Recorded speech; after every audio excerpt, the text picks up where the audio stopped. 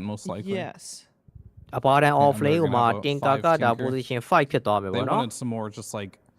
this hero is very good at protecting ဘယ် your လိုပြောရ towers, မ so လဲ they had ခုန very ကျွန်တော် little, ပြောသလိုမျိုးပဲတဲ့ like, ကွင်းကို safe ဒါ launch of where နောက်ကနေ they can defend nitrogen their တက်ပေးလိုက် towers. တဲ့သဘောမျိုးပဲ Martial Machines is great တိုင် for မင်း that. ရုံ You စံ can နောက် just မှာဒါ spam 40 ရှိရော March, defense make it so matrix တွေရော Beast တင်ပေး can't ရ just မယ် take မင်း every ရှိရ objective သွားဆို that တဲ့ he ပုံစံ wants မျိုး to. ဖြစ်သွားမှာပေါ့ Defense နော် Matrix has အဲ့ဒါ always ကောင်းတော့ been ကောင်းတယ်ဒါပေမဲ့တ insanely န good ည်းအားဖြင့် versus ဒါ heroes like နောက်ထပ် Bat ပြန် Rider ပြီး and တော့ Beast နော်စဉ်းစားကြည့်မယ် Master. ဆိုလို့ရှိရင် If အန် it's ရ status များတယ် resistance, ဗျ we're gonna get ဟုတ် Batman. vacation မင်းထွက်လာတာပဲ Okay.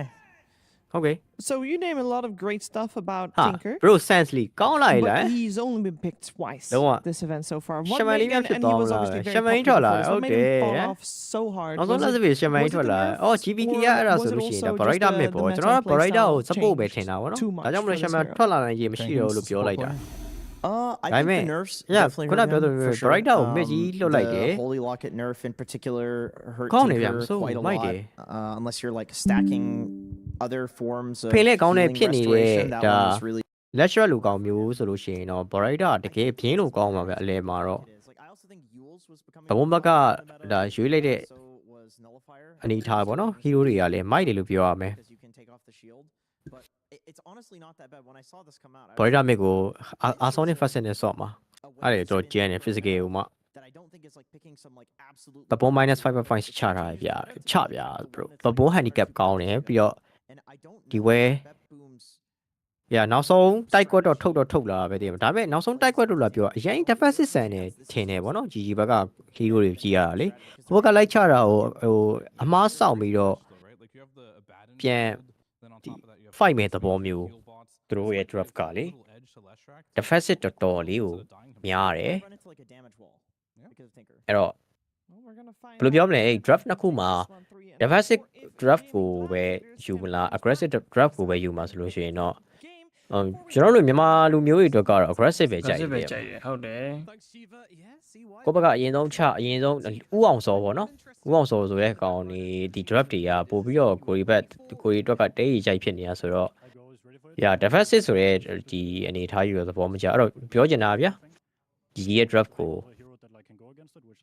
မကြိုက်ချင်ဘူးကျွန်တော်ကဘတ်ဘွန်တော့ကိုကျော်ကြီး draft ကိုပဲရွေးမယ်တိတ်ပြင်းလို့ကောင်းတယ်ကူက Barita ရှေ့မှာရှိမယ်နောက်ကနေမှ Shaman နေပိုင်းနဲ့ဒါဒီစီပဲပေးလို့ရတယ်ပြီးတော့ Beast Master တိုင်မယ်တကွက်ရှိအောင်မယ် Live Stealer ကလည်း15မိနစ်ကနေပဲ16မိနစ်အတွင်းမှာသူဟုတ်ပါနော်တာယာလောက် lane အနေထားကိုကြည့်ပြီးတော့ဒါ Radiant ထွက်မဲ့တိုင်မယ်တခုလည်းရှိအောင်မယ်ဆိုတော့ဘတ်ဘုံမဲ့ထင်တာပဲဘတ်ဘုံ handicap ကြိုက်တယ်ဘတ်ဘုံဝင်တာကြိုက်တယ်ပြီးတော့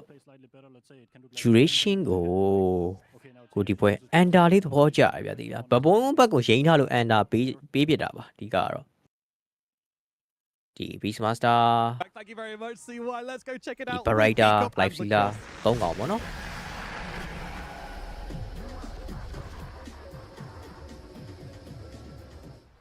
မိဂိမ်းတိုင်မယ်15နဲ့20ကြားထဲမှာဆိုလို့ရှိရင်တော့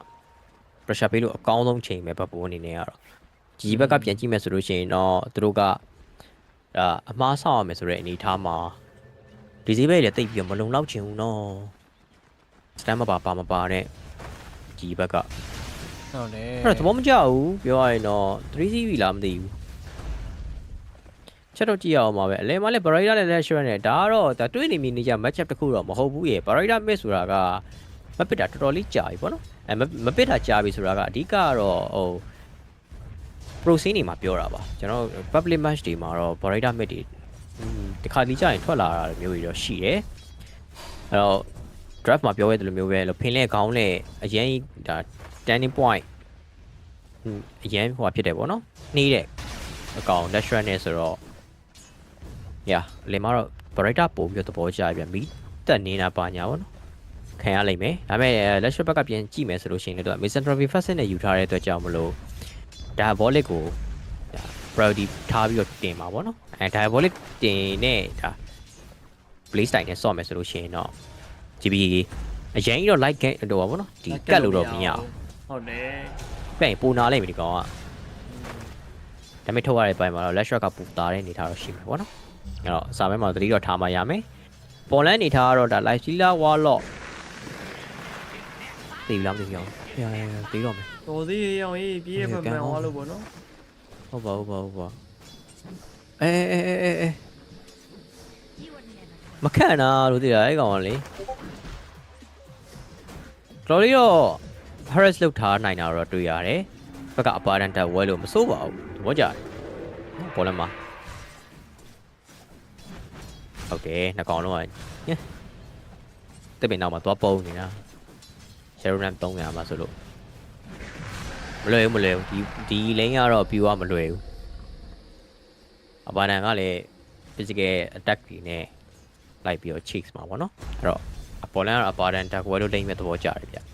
ဟုတ်တယ်အနည်းဆုံးတော့ဒါ Warlock ရဲ့ healing တွေတော့သူနာပြန်ရလိုက်မယ် healing shadow ပါညာနဲ့ရတန်ကိုတွေပါလည်းပြန်ကြိုက်တော့ပေါ့နော်တေတော့မတေသေးဘူးဆိုပေမဲ့မတေအောင်တမဲပါပဲပေါ်မှာတော့လောက်ခံနေရတာလက်စစ်6កောင်ပဲစားရသေးတယ်လေမှာတော့18កောင်စားထားတယ် Lash Run အနေနဲ့တစ်ဖက်ကဒီ Barrider က17កောင်ပဲစားရသေးတယ်။နောက်ပြီး Brave Mage တွေကလုံးဝအောက်ကနေမှအော်နေတော့တွဲလိုက်ကိုလာတာဟုတ်ပါမနိုင်ဘူးရောဒီပြူရောမနိုင်ဘူးအေးဟိုတေးလဲတေးလိုက်ပါတော့ကွာပေါ်လန့်ကြီးရတာလေအေးတကောင်တော့တေးသွားပြီဒီကခါဆာ Varness မှာကအဲ healing reduction ထပ်ပါသေးတယ်ဗောနော်အဲကြောင့်မလို့တောင်ပြောက်ပို့ပြီးတော့တိုးလိုက်တယ်တေးရောလည်းနှစ်ကောင်လုံးရောက်ရင်တပြိုင်တည်းထဲပဲဟုတ်ပါကြတော့မနေတော့2ပြီတော့တာနေဟုတ်တယ်โอเคချက်တော့ကြည့်ရအောင်တော့အဓိက last set 9နေအရင်များနေတဲ့အတွက်ကြောင့်မလို့အလီဘတ်မှာတော့အဆင်ပြေပြောရမယ်ပေါ်လမ်းမှာလည်းဒါအပါဒန်နေနဲ့20ကောင်စားထားပြီးတော့ live sealer 10ကောင်ပဲရှိသေးတယ်အဲ့မှာနေ3စာနီးပါတော့ပြတ်နေရပေါ့နော်တော့လေးကိုထိန်းထားနိုင်တာတွေ့ရတယ်အောင်လမ်းမှာဆိုလို့ရှိရင်လည်းဒါပြော Tinker Defense Matrix နဲ့ဒီ Rebel Book နဲ့ဆော့နေဒီ Bullying Fight ပေါ့နော်ဒီအနေနဲ့က19ကောင်စားရတယ်အစာပိုင်းမှာတော့ Beastmaster တိုင်မင်းတော့မရောက်သေးဘူးအဲ့လိုမျိုးချိန်မှာသူတော်တော်လေးတော့ free fan လောက်ထားနိုင်တာကိုတွေ့ရမယ်အဲ့မဲ့ Wide Hand နဲ့ဆော့နေတဲ့ Beastmaster ဖြစ်တဲ့အတွက်ကြောင့်မလို့ Dominator ဘာညာပြီးသွားတဲ့အချိန်မှာတော့သူ့တိုင်မင်းပြန်ရောက်လာနိုင်တယ်ပေါ့နော်ဟိုမှာထိုးနေပြီအမပြန်ပြီးတော့ထိုးခံပြီဒီနေ့ကြည့်ရတာ avoid ရှိကိုကွဲအောင်မလုံနိုင်ဘူးဖြစ်နေတယ် passive ပေါ့နော်ဝါလို့ပါဆိုတော့ဖေးတဲ့ဘုံလည်းချိတ်လို့မရဘူးကွာနော်ပြန်ပြီးတော့ avoid ရှိနဲ့ကာမှာဆိုတော့ပေါ်လန့်အေးဆေးပဲဘာရန်ဟိုထည့်ထားတဲ့ item ဆိုလို့ရှိရင်လည်းလုံးဝတန်မြာလေးကိုထည့်လာတာ out of corrosion ပို့ပြီးတော့ damage ထုတ်ရတာညံသွားတယ် stress speed လည်းများတယ်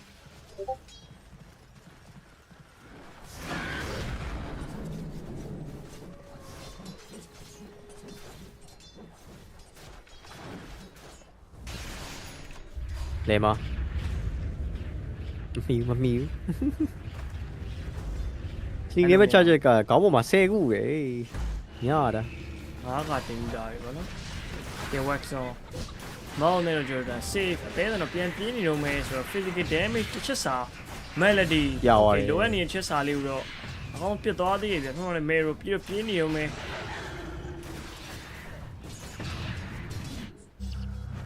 ခေါင်းစတော့ရသွားပြီနော်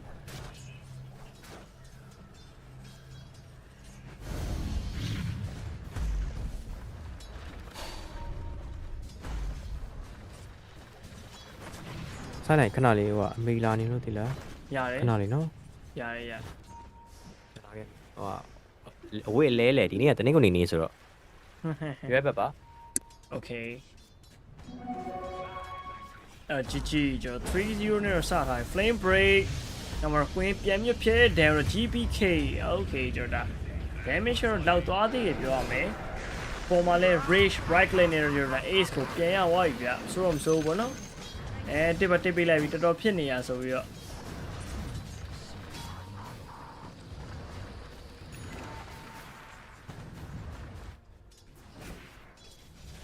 ာ့ချိန်တော်လဲဒီလိမ့်မှာပဲပြန်ပြီးရသွားတယ်ဗောနော်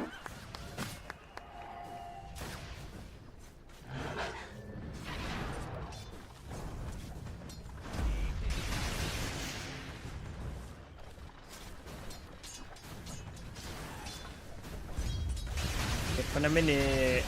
လက်စစ်နိုင်ကျော်တာဟိုမပြသေးဘူး Firefly လုံးဝမယူထားပဲနဲ့ Flame Break နဲ့ဆင်ကျော်တာ sticky နေပဲ30နေပါတော့အဲ့လိုမျိုးကြီးဆော့နေရ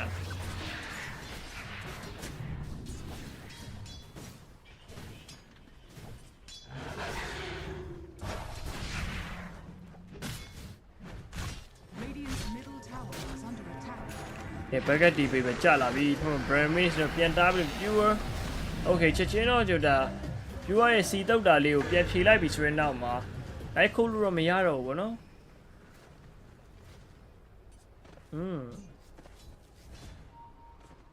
အငိမ့်လေးပဲnetwork နေထားရကြည့်မယ်ဆို Templar Assassin နေတော့ top ထိပ်ဆုံး network ပြီးတော့ကျွန်တော် Barrider မိတ်လေးတော့ပြန်လာမယ်ဗောနော်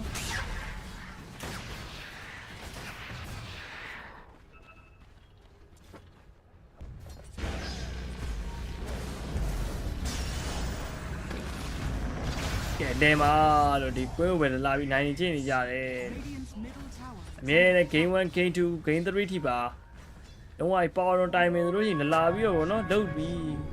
regeneration မှာကျတော့ကတ်ဟိုပေးထားသေးတယ်ကတော့မျိုးမေးထားသေးတယ်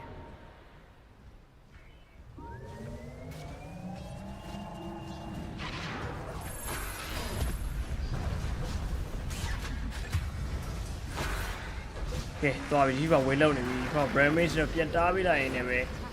Okay ကျ save in first နေပါ save ကိုကဲတယ်ဖက်မှာလည်း Queen double damage ရကျ GBK ပြန်ရပါပြီကတ်တော့မျိုးတစ်ပြန်ရအောင်မလားမသိဘူး Queen ရဲ့တိုးရတဲ့အောက်မှာ pass over Okay Queen double kill ဒီရရှိထားလိုက်ရင်လည်းပဲ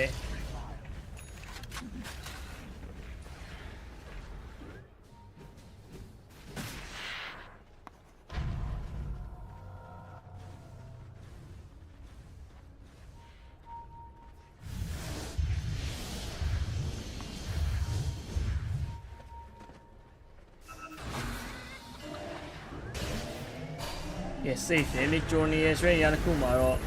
double added damage damage တော်တော်များဗျကွင်းဟိုlaser ဘာညာနဲ့တော့ GPK ပြန်ပြတ်သွားတဲ့နောက်မှာဘတ်ဘွန်ကျွန်တော်နှစ်ကောင်ထိပါပေးဆက်ထားသေးဗျအဝလေးကျွန်တော် Mero ပြန်တော့ time နဲ့ Premier Brawl Tofu Tail Rise နဲ့အုပ်လိုက်ကြီးပြန်ပြေးသွားပြီနောက်မှာ Trap နဲ့တူပဲ Right Click Balance ကျွန်တော် Mero ပြန်ပြီးပေးရသေးရပေါ့နော်Gaming Gladiator Game 3မှာတော့သူကလိုအပ်နေတဲ့ point ကိုကောင်းကောင်းရှာဖွေတွေ့ရှိသွားပြီလို့ပြောရမလားပဲ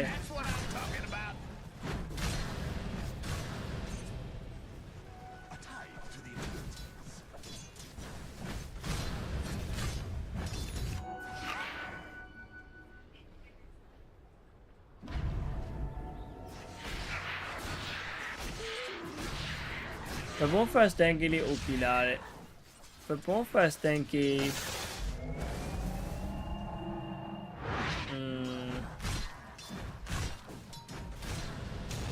ကတော့ A4 တော့ဖြစ်နေရပါတော့ငါကြီးကျတော့ဘဘွန်နဲ့ဘဘွန်ကျတော့ជីជីရယ်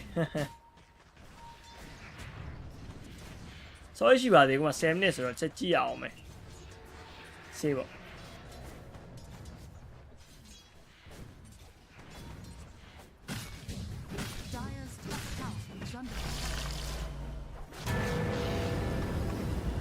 ကဲ power ace ချက်ပြောင်းတဲ့ bro time ကုန်သွားတဲ့နောက်မှာ pure စိတ်ကြိုက်ကိုတဲခုတ်လိုက်ပါနော်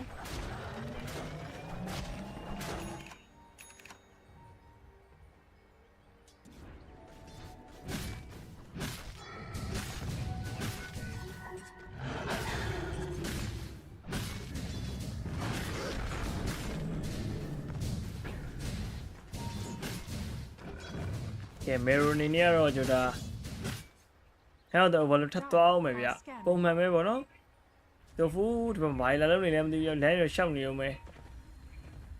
ကွင်းကလည်းဒက်ကန်နဲ့ဆော့မှာဗျဒက်ကန်တော့မကာယာထပ်သွားအောင်မယ်ဆိုတော့အဲ့ item ကြီးဒက်ကန်ကြီးရွေးချယ်ထားတယ်ဗျသူ့ကိုယ်သူပြန်တတ်တယ်လို့များဖြစ်သွားမလားပေါ့နော်ဘာဒီမှမပါပဲ2250ပေးထားရတယ်အဲ့တော့မှ plus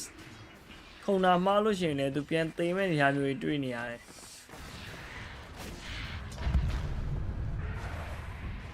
Mero Hurricane နဲ့ဆိုမရဘူးရောက်ရင်ရှင်းမှာ Balam Cast from Bramage Sam Laser Mero တောင်းနေကျွန်တော်တို့မှာတော့ Queen 3 White Premier Roll ပါ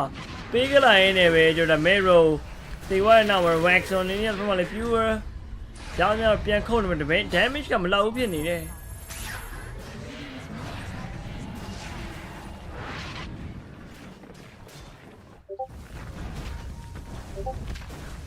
ကဲလေမှာခိုးသိနေကွင်းလေးကသက်ရှိတယ်ဗောနော်အောက်မှာတော့ကျွန်တော်မဲရိုကိုရလိုက်တယ်ဆိုပေမဲ့လည်း Gaming Gladiator ကွင်းပြန်ပေးလိုက်ရမတန်ဘူးဗျ Timeless Assassin Refresh တော့ပြန်ပေးထားလိုက်ရင်ပဲ Memory စီချာမ save ကျုံသွားပြီ right click damage နဲ့ wax on save ကိုကျွန်တော်ပြန်ပြီးရပြီဗျ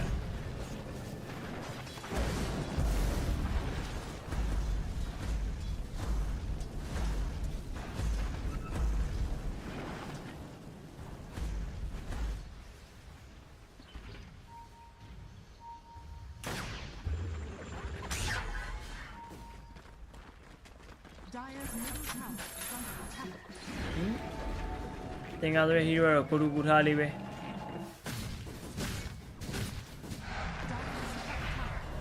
ကဲ pure ခေါင်းမှာ cast crown နေလို့ okay balam တော့ pure မောင်းမှာခွဲကန်နေရပြီနောက်ကနေ timeless assassin brightly နဲ့ tofu တိုးကြတယ်အောက်မှာ pure down ဝါပြီဗျ28 second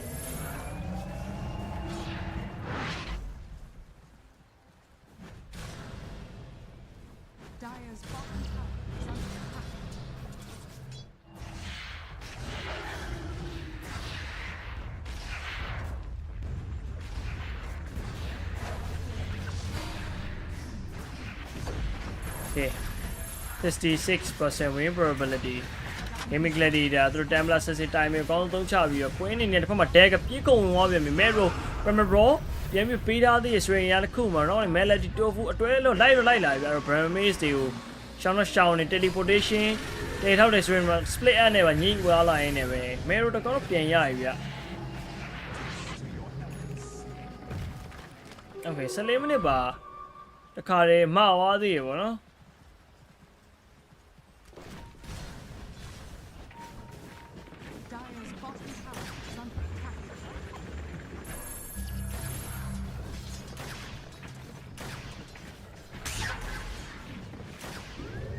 အားလေးကတော့ကျွန်တော် Gaming Gladiator နည်းနဲ့အဆင်ပြေနေရယ် Number 5k ဦးဆောင်ထားစေပဲပေါ့နော် Roshan တော့လိုအပ်နေသေးပဲတစ်ခါကဘတ်ပိုးနေရလဲဘီမာစတာပါတဲ့အတွက်ကြောင့်မလို့ Roshan time တော်တော်ညံနေအဲ့တော့အလေးအငိုက်တွေပါလေ Roshan ယူသွားနိုင်ရင်ရှိရပေါ့နော်ဘတ်ပိုးပြရပါအောင်မယ်ပြန်လာပါပြီ sorry မင်္ဂလာပါပြန်လာရကြီးပြန်လာနေပြီဟာလားပြန်လာနေပြီလားဟဲ့ပြန်လာဦးမှာပါပဲ reason နဲ့ပြန်ရင်ချက်ပွဲပေါ့နော်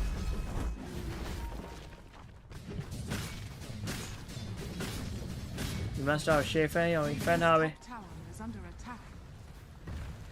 ပြန်လာရဆိုပေမဲ့အရင်လည်းမဟုတ်သေးဘူးနော်တကယ်15မိနစ် 5k မှာတခြား hero တွေအချိန်ကြီးကောင်းတယ်လို့ပြောဘီစမစားတကောင်နေပါသေးလားဟောပြတင်ကာနဲ့ဟိုတင်ကာနဲ့ဟော9500တော့ပြည့်နေရောများတာကျွတ်စိန်ဘီစမစားပေါ်တော့ရောက်အဲ့ဒါကြောင့်မလို့ပဲ network တွေကအဲ့လောက်ဖြစ်နေတာဗောနော် 5k ဆိုတဲ့ different level ထိဖြစ်နေတာဒီက supporter တကောင်အနေနဲ့ထမ်းထားတဲ့ network တွေတော်တော်များတယ်ဟုတ်တယ်ဒါပေမဲ့ offering ပြန်ကြပြီးသားလိုက်ရင် flame brain နောက်နေ့ရောက်တဲ့ tofu cast from tailrex ပြန်သုံးရင်နေကောင်လေးကတော့ကျုံသွားပြီဗျ33 second ဘိုးနေနေလဲကြောတကောင်ရရင်တကောင်စပိတ်မနှမျောဝဲနဲ့ပြန်ပြီးတော့မာထားသေးတယ်ပေါ့နော်ဟုတ်တယ်ဘီစမာတော်တော်နေသွားလို့လည်းကောင်းသွားတာပါပဲကြီးဘက်ကပြန်ကြည့်မယ်ဆိုလို့ရှိရင်တော့ဒါ timing တစ်ခုကိုဘိုးနေနေမရောက်လိုက်ဘူးပေါ့နော်နောက်ကျသွားပြီပြောရမယ် Midas ဒီပါနေရော Ace ကလည်းအဲ့ပေါ့ကြီးရဲ့ထုံးစံတိုင်းပဲအဲ့မျိုး3 call ဒီ greedy position မှာပေါ့နော်ထပ်ပြီးတော့ supporter တယောက်ကပါနောက်ထန်းတင်တာတော့ကိုချိန်မှာတော့ 4k အနေနဲ့တာတော့တာနေပြီ Queen Let Shot ကတော်တော်ဖတ်တိုင်းတက်ကကာရရပေါ့နော်ဟုတ်တယ်လက်ထဲမှာလည်းအာဂိမ်းတော်နဲ့ပြေးဝင်သွားတာကြီးတော်တော်ကြီးကိုစင်ပြေနေပြောရမယ် Misanthropy နဲ့လား Misanthropy နဲ့ကျောင်းကနေမှလိုက်ပြီးတော့ဒါတကောက်ကောက်ပဲပေါ့နော်တင်ကာအနေနဲ့ကဆိုလာဖရက်တင်မယ်ပြီးလို့ရှိရင် Holy Locket နဲ့ပြန်ပြီးတော့တွေးဖြစ်ပေးအောင်မယ် Divine Matrix လည်းရှိသေးရဆိုတော့ Queen အနေနဲ့တော့ AC ပဲ Draft မှာပြောခဲ့တယ်လို့မျိုးပဲ Queen ကို Nitrogen တက်ပေးတာရုံးစမ်းကွာဆိုပြီးတော့ပေါ့နော် နောက်ကနေကြည့်ပေးထားတယ်ဗျတောက်လျှောက်အဲ့တော့တက်ကတော့ပါလာပြီတမ်ပလာဆက်စင်မှာ ကဲ Ghost နဲ့ back line ကနေပြီးတော့ပြေးလာတယ်ကျွန်တော် live stealer အပြင်ထွက်လာပြီဆိုရင်ရတစ်ခုမှာကျွန်တော် diabolic edit နဲ့တော့ဆုပ်ပြတ်သွားပြီအောင်ရင်ကဲ GPK TV ကပြန်ရောက်လာပြီဆိုရင်ဘာမှလို့မရဘူးသူတို့အဲ့ first tower ကိုပေးမရတော့မှာပေါ့နော်ဘာဖြစ်သွားမှမသိလိုက်ဘူးစောင့်ရမ်းမြန်ထရိုနာတိုင်းဂိုးလို့ကောင်တော့ဆုပ်ပြတ်တတ်သွားဆိုချားကောင်တွေဆိုစဉ်းစားကြည့်ရတော့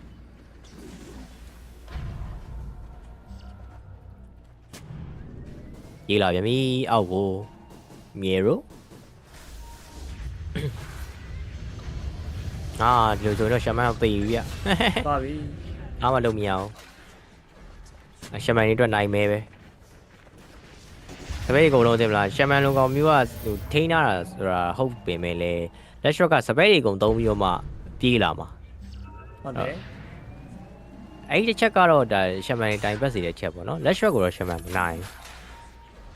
ဟိုဘလောက်ပဲချုပ်တာdiabolic နဲ့ဒီဟိုကနေက boss လိုပါနေတယ်မှာ flaming leg ဆိုဆွဲထားဆိုရင်လေကျ GPK Templar 16 ranked damage အောက်မှာပြန်ပြီးပေးလိုက်ရပြီဗျအဲ့တော့ပြောရရင်ဟိုကြီးက Barrider game ကြီးကထင်တယ်လို့ကြီးတော့ဟုတ်မနေဘူးပေါ့နော်ထင်တယ်လို့ကြီးလည်းမဟုတ်ပါဘူးပေါ့လေထင်တယ်လို့ကြီးလည်းမဟုတ်ပါဘူးအရင်ဒီက software မှာလဲဟိုတဲ့3-4 လာကန်နေတာအဲ့ဒါဖြေနိုင်အဆင်ပြေမလားပဲဒီပွဲမှာတော့ greedy pick လေးပဲပစ်ထားပြီးတော့အခုချိန်ကြီးလည်းအဆင်ပြေနေသေးတယ်ဒီကတော့ Barrider miss ဆိုတဲ့ဒီ hero อ่ะပေါ့နော်နည်းနည်း item လိုချက်တော့များသွားဗျ damage ထွက်တာမှန်တယ်ဆိုပေမဲ့ late game မှာပဲ damage ကပို့ပြီးတော့များထွက်တဲ့ပုံစံမျိုးပေါ့နော်အစားပိုင်းမှာတော့အဲ့လိုမျိုးထွက်ဖို့အတွက်ကိုထည့်ရတဲ့ item တွေကနည်းတာမဟုတ်ဒီကရဲတို့ Dragonlance လိုမယ်ပြီး First မှာတော့ဘာလို့လိုမယ်ပြီး Dagger တွေလိုမယ်ပေါ့နော် offer ရဲ့အလဲမှာအိမ်ခံနေရပြီကွင်းအရင်ဖက်နေရကောင်လေးအိုးအဲ့လိုကြီးတေသွားလားအေးအဲ့တိုင်းပဲလို့ what the fuck လက်ဆက်တော့ဘယ်လိုမျိုးလုပ်လို့မရဘူးနော်ကွင်းအမှားတော်များနော်ဒီ fight ထဲမှာကြည့်ရနော်ဒီကောင်လီနာတော့ကလည်းဘက်မှာသွားပြပြီးတော့ပေးလို့သေးနေတောက်လျှောက်ပဲအမတော့ကလည်းလောက်ကမထွက်ဘူးခုလဲလက်ရွှက်အစာပိုင်းတော့ချီကျူးထားတယ်ဆိုပေမဲ့လည်းနော်တေးသွားတဲ့ဒါတစ်ခေါက်ကစူပူကြီးပေါက်သွားသလိုပဲဗျဒီကကွင်းသေးလို့မရဘူးဒီပွဲကသူ့ပေါ်မှာအများကြီးမူတည်နေတာ physical damage က Templar ဆက်စင်ပေးလို့ရပြီပဲလေ magic damage အဲ့လိုမျိုး S-stone လာကြီးကြတော့လက်ရွှက်ကပေးမှာပဲရမယ်ဒီကအဲ့ hero နှစ်ကောင်ပဲဒီအနေနဲ့ကထောက်တိုင်လုပ်ပြီးတော့စော့နေတာဗောနော်အဲ့ hero နှစ်ကောင်သေသွားပြီဆိုလို့ရှိရင်ဘလို့မှဒီ draft ကိုတည်လို့ရမှာမဟုတ် formation ကပြတ်သွားလိမ့်ဘာတန်ကလည်းခုချိန်ဒီ greedy ဒါဖြစ်ထားတဲ့အတွက်ကြောင့်မလို့ radiant ကနောက်ထပ်နည်းဆုံး2မိနစ်လောက်နေမှာထွက်မှာ22မိနစ်လောက်တော့ကြာတော့မှာပဲဘာတန်နေနဲ့ကပရေတဲ့ဝင်လာနိုင်မှာပေါ့နော်ခုချိန်ဒီတော့ fan နေတော့မယ်ဘောလန်က tower တော့ရပြီ okay tower သလုံးထက်ရမယ်ဗျကျွန်တော်ထက်ချိုးမလားကြပြောင်းနေ melody အနေနဲ့ကနောက်မှာ check it away ပဲရောက်ရင် live stealer right တယ် premier row တခါပေးထားလိုက်နေပြီကျွန်တော် melody down ဟောလဲ pure မောင်းနေတော့ခွဲခံလိုက်ဆိုရင် Templar စစ်စစ်ကိုယ်တိုင်ပဲဒဲကနေပြန်ထွက်သွားသေးတယ်ကွင်းနေနေကတော့ GPK လဲမှာရထားတဲ့ GPK ကိုအေးလမ်းမှာဖြတ်တတ်ထားသေးတယ်ဗောနော်အဲ့တော့ first tower ချိုးနေကောင်တွေလည်းအကုန်ပြန်တုတ်သွားပြီတင်နေပြန်ပန်းမှာရတော့မယ်ကွင်းရောက်လာပြီဆိုတော့အကုန်လုံးပြန်တုတ်ပေါ့လေလိုက်တော့လိုက်ချင်နေသေးတယ်ဆိုပြီးတစ်ဖက်ကလည်းချစ်သူလမ်းကြားလေးကြီးကနေပြပတ်သွားတာအဲ့တော့အဲ့လောက်ထိတော့မလိုက်တော့ဘူးဗျအဲ့အလဲမှာတကောင်အောက်မှာတကောင်1.1တော့ trade ထားတယ်ဆိုပေမဲ့ဒီတစ်ခေါက်GG trader လေးကတော့တန်တယ် GPK ကိုရလိုက်တာပေါ့နော်လက်ရွှေနေနေရလို့ Dagger ရဲ့ဒါ Kaya ဆန့်ရှယ်ပြီးသွားတဲ့ခါမှာတော့တော်တော်လေးတော့တောင်းနေပါပြီခုနလိုမျိုးပေါ့နော်နောက်မှာဘူးမှမရှိဘဲနဲ့မနေနဲ့ပေါ့လေအနည်းဆုံးတော့ Tinker လိုက်ပြီးတော့ထောက်ပေးမယ်ဆိုလို့ရှိရင်တော့သူပြန်ပြီး turn around လုပ်လို့ရပြီဗျ။အဲ့တန်းကတော့များလာပြီ။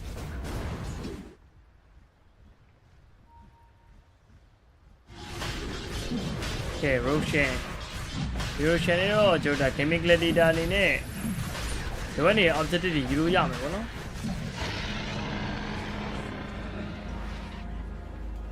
Aegis တော့ရထားပြီဟုတ်ပါ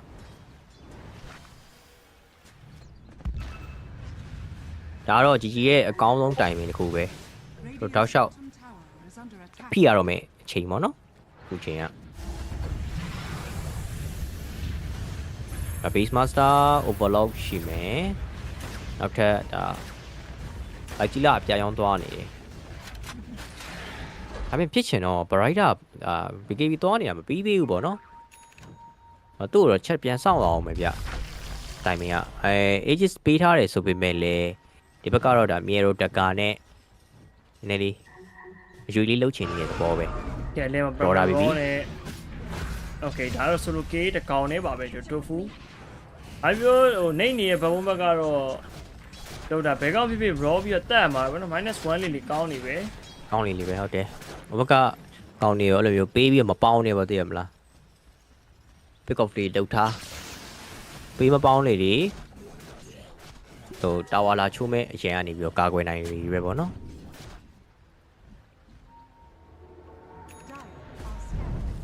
right တော့နေနေတာပဲဟုတ်ပါပုံမှန်မဟုတ်တဲ့ mid ပေါ့နော် Barrier ဆိုတာလေအဲ့တော့အစာဘက်မှာ strong နေဆိုပေမဲ့အလဲလောက်ကြတော့သူကပြန်ပြီးတော့ကျသွားတဲ့အနေထားလေးရှိတယ်သူရဲ့ hero power ရကွာ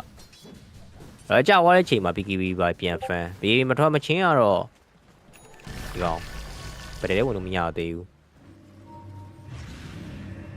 Goldstone first နဲ့အပြာကြောင်းနဲ့ကျတော့ light တယ်နော်လေလား infast ကိုဒါ modify ပေးထားတာဆိုတော့လေနောက်ဆိုလို့ရှိရင်အိုးမြင်လာကျွန်တော်ပေါ့အိုးကန်ကောင်းနေဟိုဆာရီချတာနောက်ကြတာချက်လို့မှာပဲပြန်ပြီးပတ်သွားတယ်โอเคပါ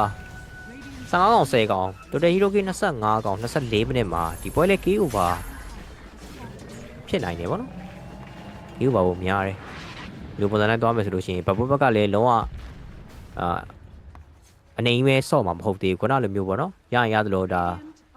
စပယ်လေးသုံးပြီးတော့ pick off လေးယူဖို့အတွက်ရှိအောင်မယ်ဗျရိုင်းနေနေရတယ်မဟုတ်တော့လေရှင်းပြီဟုတ်တယ်မြေရိုလေးလည်းပြန်ပြီးတော့ဖတ်လာပြီမြေရို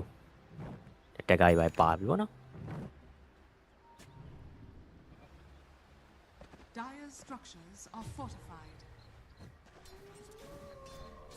ကမ္ဘာလောက်ထားပြီလားတော်မနာလောက်ပြီးသွားချင်တယ်နော်လောက်ပြီးသွားပြီနော်chemically ဒါနေနေတော့ Poland တို့ဒါ second tower ကြီးကျတော့ရပြီကျွန်တော် high ground တက်ဖို့အတွက်ကတော့မလွယ်သေးဘူးလို့ထင်တာဘယ် flaming leg ဆိုပါညာရှိနေသေးတယ်မြေ high ground ကြီးဒီ plane ပြည့်တက်သွားရင်ဟိုနဲ့တီးထုတ်လိုက်လို့ရတယ်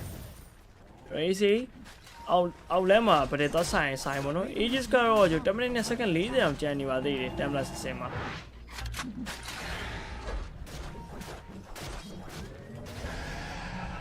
1-3 match နဲ့ဖုန်းဆက်ပြီးတပွဲပေးနိုင်ရင်ဆိုကြီးကပြောထားတာဟုတ်တယ်ဟုတ်နော် bro ကုတ်ဒီဟောလားပြူကနေပြန်စော်နေပြီလားပြူကရောက်နေပြီပြူကပြန်ရောက်နေအဲ့တော့ပြူကရောက်အချိန်ပြန်ပြီးတော့ grand final ရောက်သွားဆိုတော့ဘတ်ဘုံနေနေရလဲ moral တော့တက်လာမှာပဲသေးလားဟုတ်တယ်ဟောကလေးလုပ်တယ်ဆိုပေမဲ့ပြူကနေနေရလဲအဲ့လိုမျိုးအသင်းရဲ့ function ဒီပေါ့နော်သူတို့ဘယ်လိုပြောမလဲစီစုဖွဲ့ထားတဲ့အစုဖွဲ့ကအဲ့လိုပြူပါမလေးရမှာပြန်ရအောင်လေပြန်စဉ်းစားကြည့်ဒီကောင်က short calling ခေါ်တာကိုနောက်ပိုင်းသူ့ရဲ့ timing ရောက်လာပြီဆိုလို့ရှိရင်သူ့ပုံစံတိုင်းလိုက်ဆော့အဲ့လိုမျိုးဖြစ်သွားတဲ့ခါကျတော့ KV player တွေ short calling ခေါ်ပြီဆိုလို့ရှိရင်အဲ့ဒါမဖြစ်မနေလိုက်မှရအနောက်ကနေပြီးတော့မလိုက်တော့ KV ကတေးသွားရင်တော့တေးသွားရင်လိုက်တော့တေးသွားဟုတ်တယ်အဲ့တကယ်တေးသွားပြီဆိုလို့ရှိရင်ဘုံတော့ရှုပ်ကောသူနဲ့တူလိုက်ဆော့မှရတာဗောနော်ပြောချင်တာကတော့ဟုတ်ပါအလဲမှာတော့ tier 2 tower လာချိုးတယ်ဒီမှာလည်းအေးလာပြီးကာတဲ့ melody okay wax ဆိုနေရောက်လာပြီဗျာနော်ညာ TBY ပြန်ထောက်ပါညာ tower ချိုးလို့မရဘူးဖြစ်နေတာလို့ကြာ first ages မှာလုံးဝပေးမချိုးပဲနဲ့ split push တွေလိုက်လုံနေရပါတော့လုံလို့လည်းကောင်းတယ်ပြောရမယ်ဒါ Lightila Rage နဲ့ TB ကိုဘာမှဖြတ်စရာမရှိဘူးတစ်ဖက်ကကြီးအနေနဲ့က BKB control မပါဘူးအဲ့တခုက ပြင်လာရှိလာလုံးဝလွတ်လွတ်လပ်လပ်ကိုစော်လို့ရတယ်ကွာဒီလားဂျာဟိုဒီ deep နေရာတွေပေါ့နော် deep ဖြစ်တဲ့နေရာတွေကိုသွားပြီးလို့ရှိရင် free cutting လို့ဟိုဘက်ကလာရဆိုရင်တော့မှ rage TP ထောက်ဟက်ကိုကြီးကျန်ခဲ့ရောဒီဘက်ကောင်တွေပဲလိုက်လုံတာအခုအောက်လန်းသွားပြန်ပြီအောက်လန်းထပ်ပြီး split push အောင်မယ်ပေါ့နော်အဲ split push နေတော့အောင်နောက်တယ်ကဲတိုင်ကန်နဲ့တော့ right ကိုရီ hurricane 5 right ပြန်ပြစ်နေတော့မှဒါပေမဲ့လည်းကြော်တာထပ်ပြီးဒက်ကပြင်းဝင်သွားပြီဆိုရင်ရတယ်ပေါ့နော် BKB flaming leg ဆို check ကပဲချုပ်ပေးလိုက်ရတယ်မကြော်တာ live stealer နေ melody ဝတ်တဲခုတ်ပြီးသားသေးတယ်တော့ premier raw နဲ့တော့ထိခံလိုက်ရတယ် queen 4 staff နဲ့ပါကြော်တာပြန်ပြီးစိတ်ပေးလိုက်ရင်းနဲ့ပဲတော်သေးရောင်း ace ကဲတဲ့တက်ပဲရှိပါဗျUSF တာထွက်မှလည်း flame break နဲ့ဂျားလေးရောက်လာတဲ့ tofu ပြဿနာတော့စတက်နေဘောနော် wax ဆိုရမ်းများတော့အကုန်လုံးပြန်ပစ်ပေးထားတော့မယ်ဗျ ပြူအနေနဲ့ကလည်းကျွန်တော်ခုတ်ဖို့အတွက်အချိန်ချက်ကြည့်နေသေးတယ် ရှေ့ဆုံးပါ right click တွေလိုက်ပေးနေပြီအဲ့တော့ Mero YX ဂျားဘကွင်းအနေနဲ့ကလည်းမကြက်ပြောင်းနေတူပဲနော်မစားပက်ဝတ်အေး first မပြောက်ဝင်လေကွင်းသေပြီကွာသေပြီလို့နှစ်ကောင်လုံးမှာရှော့တာဗောနှလောင်းပြိုင်အဲ့တော့ buy back ကျွန်တော်တင်ကပြန်ပြပေးလာရဆိုရင်မဲ့လေကျွန်တော်အရာအားလုံးကနောက်ကျသွားတဲ့နေရာတစ်ခုမှာ gaming clarity တဲ့သူတို့ပြန်အန်ထုတ်တယ်ဗောလေရအန်ထုတ်တယ်ဆိုတာလေပြူကတော်တော်ကောင်းတာသေးလားခုနကလောက်တာလေတော့ body ခုထားတာနောက်ကနှစ်ကောင်မဝင်လာနဲ့ဆိုတာကြီးပြီးလဲပြီးတော့ invest ပြန်ပြီးတော့ကွင်းရဲ့ဒီကိုတဲ့ကိုဝင်လိုက်တာဗောနော်ကွင်းကြီးကပြောချင်တာကွာသေးလားကွင်းကကြတော့ညာဘက်မှာရှိနေပြီးတော့ကျန်တဲ့ကောင်တွေကအကုန်လုံးကじゃပြူရဲ့အနောက်မှာဖြစ်နေ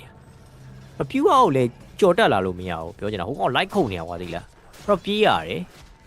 ပြီးတော့ဇုံလောက်ခံလိုက်ရတာဗောနော်ကွင်းအနေနဲ့တယောက်တည်းပဲဖြစ်သွားတာအဲ့လိုမျိုးဇုံလောက်ခံလိုက်ရဆိုတဲ့နောက်မှာ live sheet ကနောက်ဆုံးဗောနော် infest နဲ့ final blue လေးလောက်သွားတာဟုတ်တယ်တော့ကောင်းနေမင်း live sheet ဆော့ပေါ့ကြီးอ่ะဒီကောင်မသိဘူးဆိုတော့သိနေပြီကွာဒီလား scepter build နဲ့ဆိုတော့ဒီကောင်တိုးနိုင်လိုက်တိုးနေရပါကြည့်အောင်မလုံနေအောင်ကြည့်အောင်မလေးဟုတ်တယ်ဘေးနာနှစ်ကောင်ဒီစပိတ်ပေးပြီးတော့ဒီဘက်ကကောင်စုံထားတာကွာစုံထားတော့ ဘလို့ထွက်လာလို့မရအောင်ဟိုဗါလေ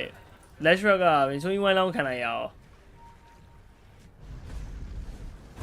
ဒီစုံလုံးထားရင်လုံထားသမျှဘပုံဘက်ကလည်းလောက်ကထွက်မှာဘာဖြစ်လို့ဆိုတော့နောက်မှလည်းရှက်မန်ပါတယ်ရှက်မန်ကြက်ပြောင်းတာတွေရောချုပ်တာတွေရောနဲ့ကွာဒီလားအဲ့ချုပ်တာတွေကိုပြန်ပြီးတော့ cancel ပေးဖို့အတွက်ကိုကောင်တွေကဝင်လာကြတော့လည်းရှိမှလိုက်ရှိလိုက်ရှိနေအဲ့လိုပုံစံမျိုးပေါ့နော်ဒါပြီး hello သွားပြန်ပြီ yes sir ထပ်တည်ရဆိုရင်တော့အတူဖူးနောက်ကနေကြတာအေးတင်ကာပါလာတဲ့အတွက်ကြောင့်မလို့တော့ရှိရမှန်စရာကိုပြန်တင်ပေးထားသေးတယ်ဗောနော်အဲ့တော့ rage TP BKB control မရှိရဲ့ gaming gladiator အတွက်ကတော့အဲ့ဒါတော့ရင်နာဖို့ကောင်းတယ်ဗျ BKB TP ဆိုရက်ကြည့်ပဲအဲ့ဘာလဲနေနေတော့ bash တွေပါပြန်သွားဗောနော်ဒါပေမဲ့ bezel ပေါ့လေ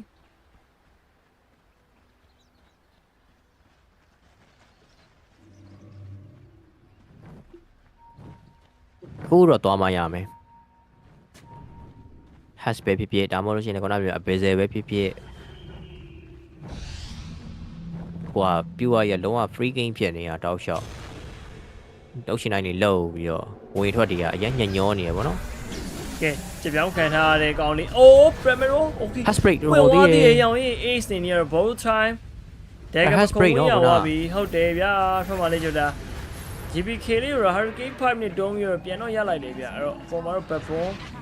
တကောင်တော့ပြန်ပေးလိုက်ရတယ်ဗောနော်အောက်က border လေးကတော့တက်ရှင်သွားတယ်ဗျာဒါပေမဲ့မလောက်သွားတာဟဲ့အေး hash bait အတွင်းမှာဟုတ်တယ် hash duration အတွင်းမှာမသေးသွားတာရောဘောချမတ် level 15ဖြစ်နေပြီ hash တစ်ခါပြောင်းထည့်ပြီးတော့အပြတ်ဖြတ်လို့ရတော့နောက်ပိုင်းရလို့ရှိရင်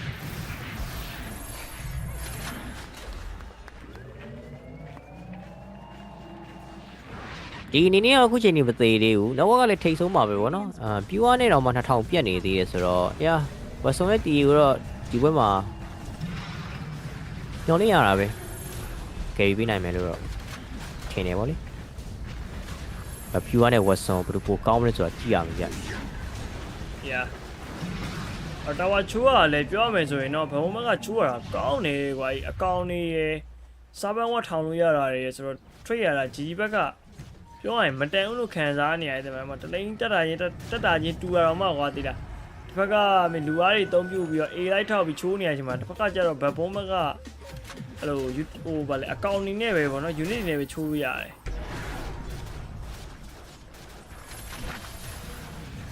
unit နဲ့ချိုးသွားခဲ့လို့ရ ပုံစံမျိုးဖြစ်နေအခုလည်းကျိုးသွားပြီအောင်လမ်းမှာတော့ရိုရှန်တော့ပြန်ထွက်လာပြီဒီရိုရှန်ကိုတော့နှစ်သိန်းလုံးအနေနဲ့ကတော့လာဆိုင်မယ်လို့တော့ထင်တာပဲအခုချိန်ဒီလည်း network 6K တာနေဆိုပြီးတာနေတဲ့ network တွေကတကယ်ပြောရရင် supporter တွေမှာပြတ်နေတာကွာဒီလားအရင်ဆိုးနေကြမရှိဘူးပေါ့နော်ပြူပြေးနေပြီတဲတန်ကြီးโอเคဒီမှာလည်းကြိုတာ Ace ဆိုင်တော့ကပ်ပေးတာတော့မယ် Para Raw နဲ့ပါကြို Ace ကိုပြန်ထိန်းမိလိုက်ပြီ right damage ချမ်းနဲ့ပြန်ပေးလိုက်ပြီဆိုရင်တော့ Haspray နဲ့ Ace Hero 0 10ပြတ်သွားပြီဗျ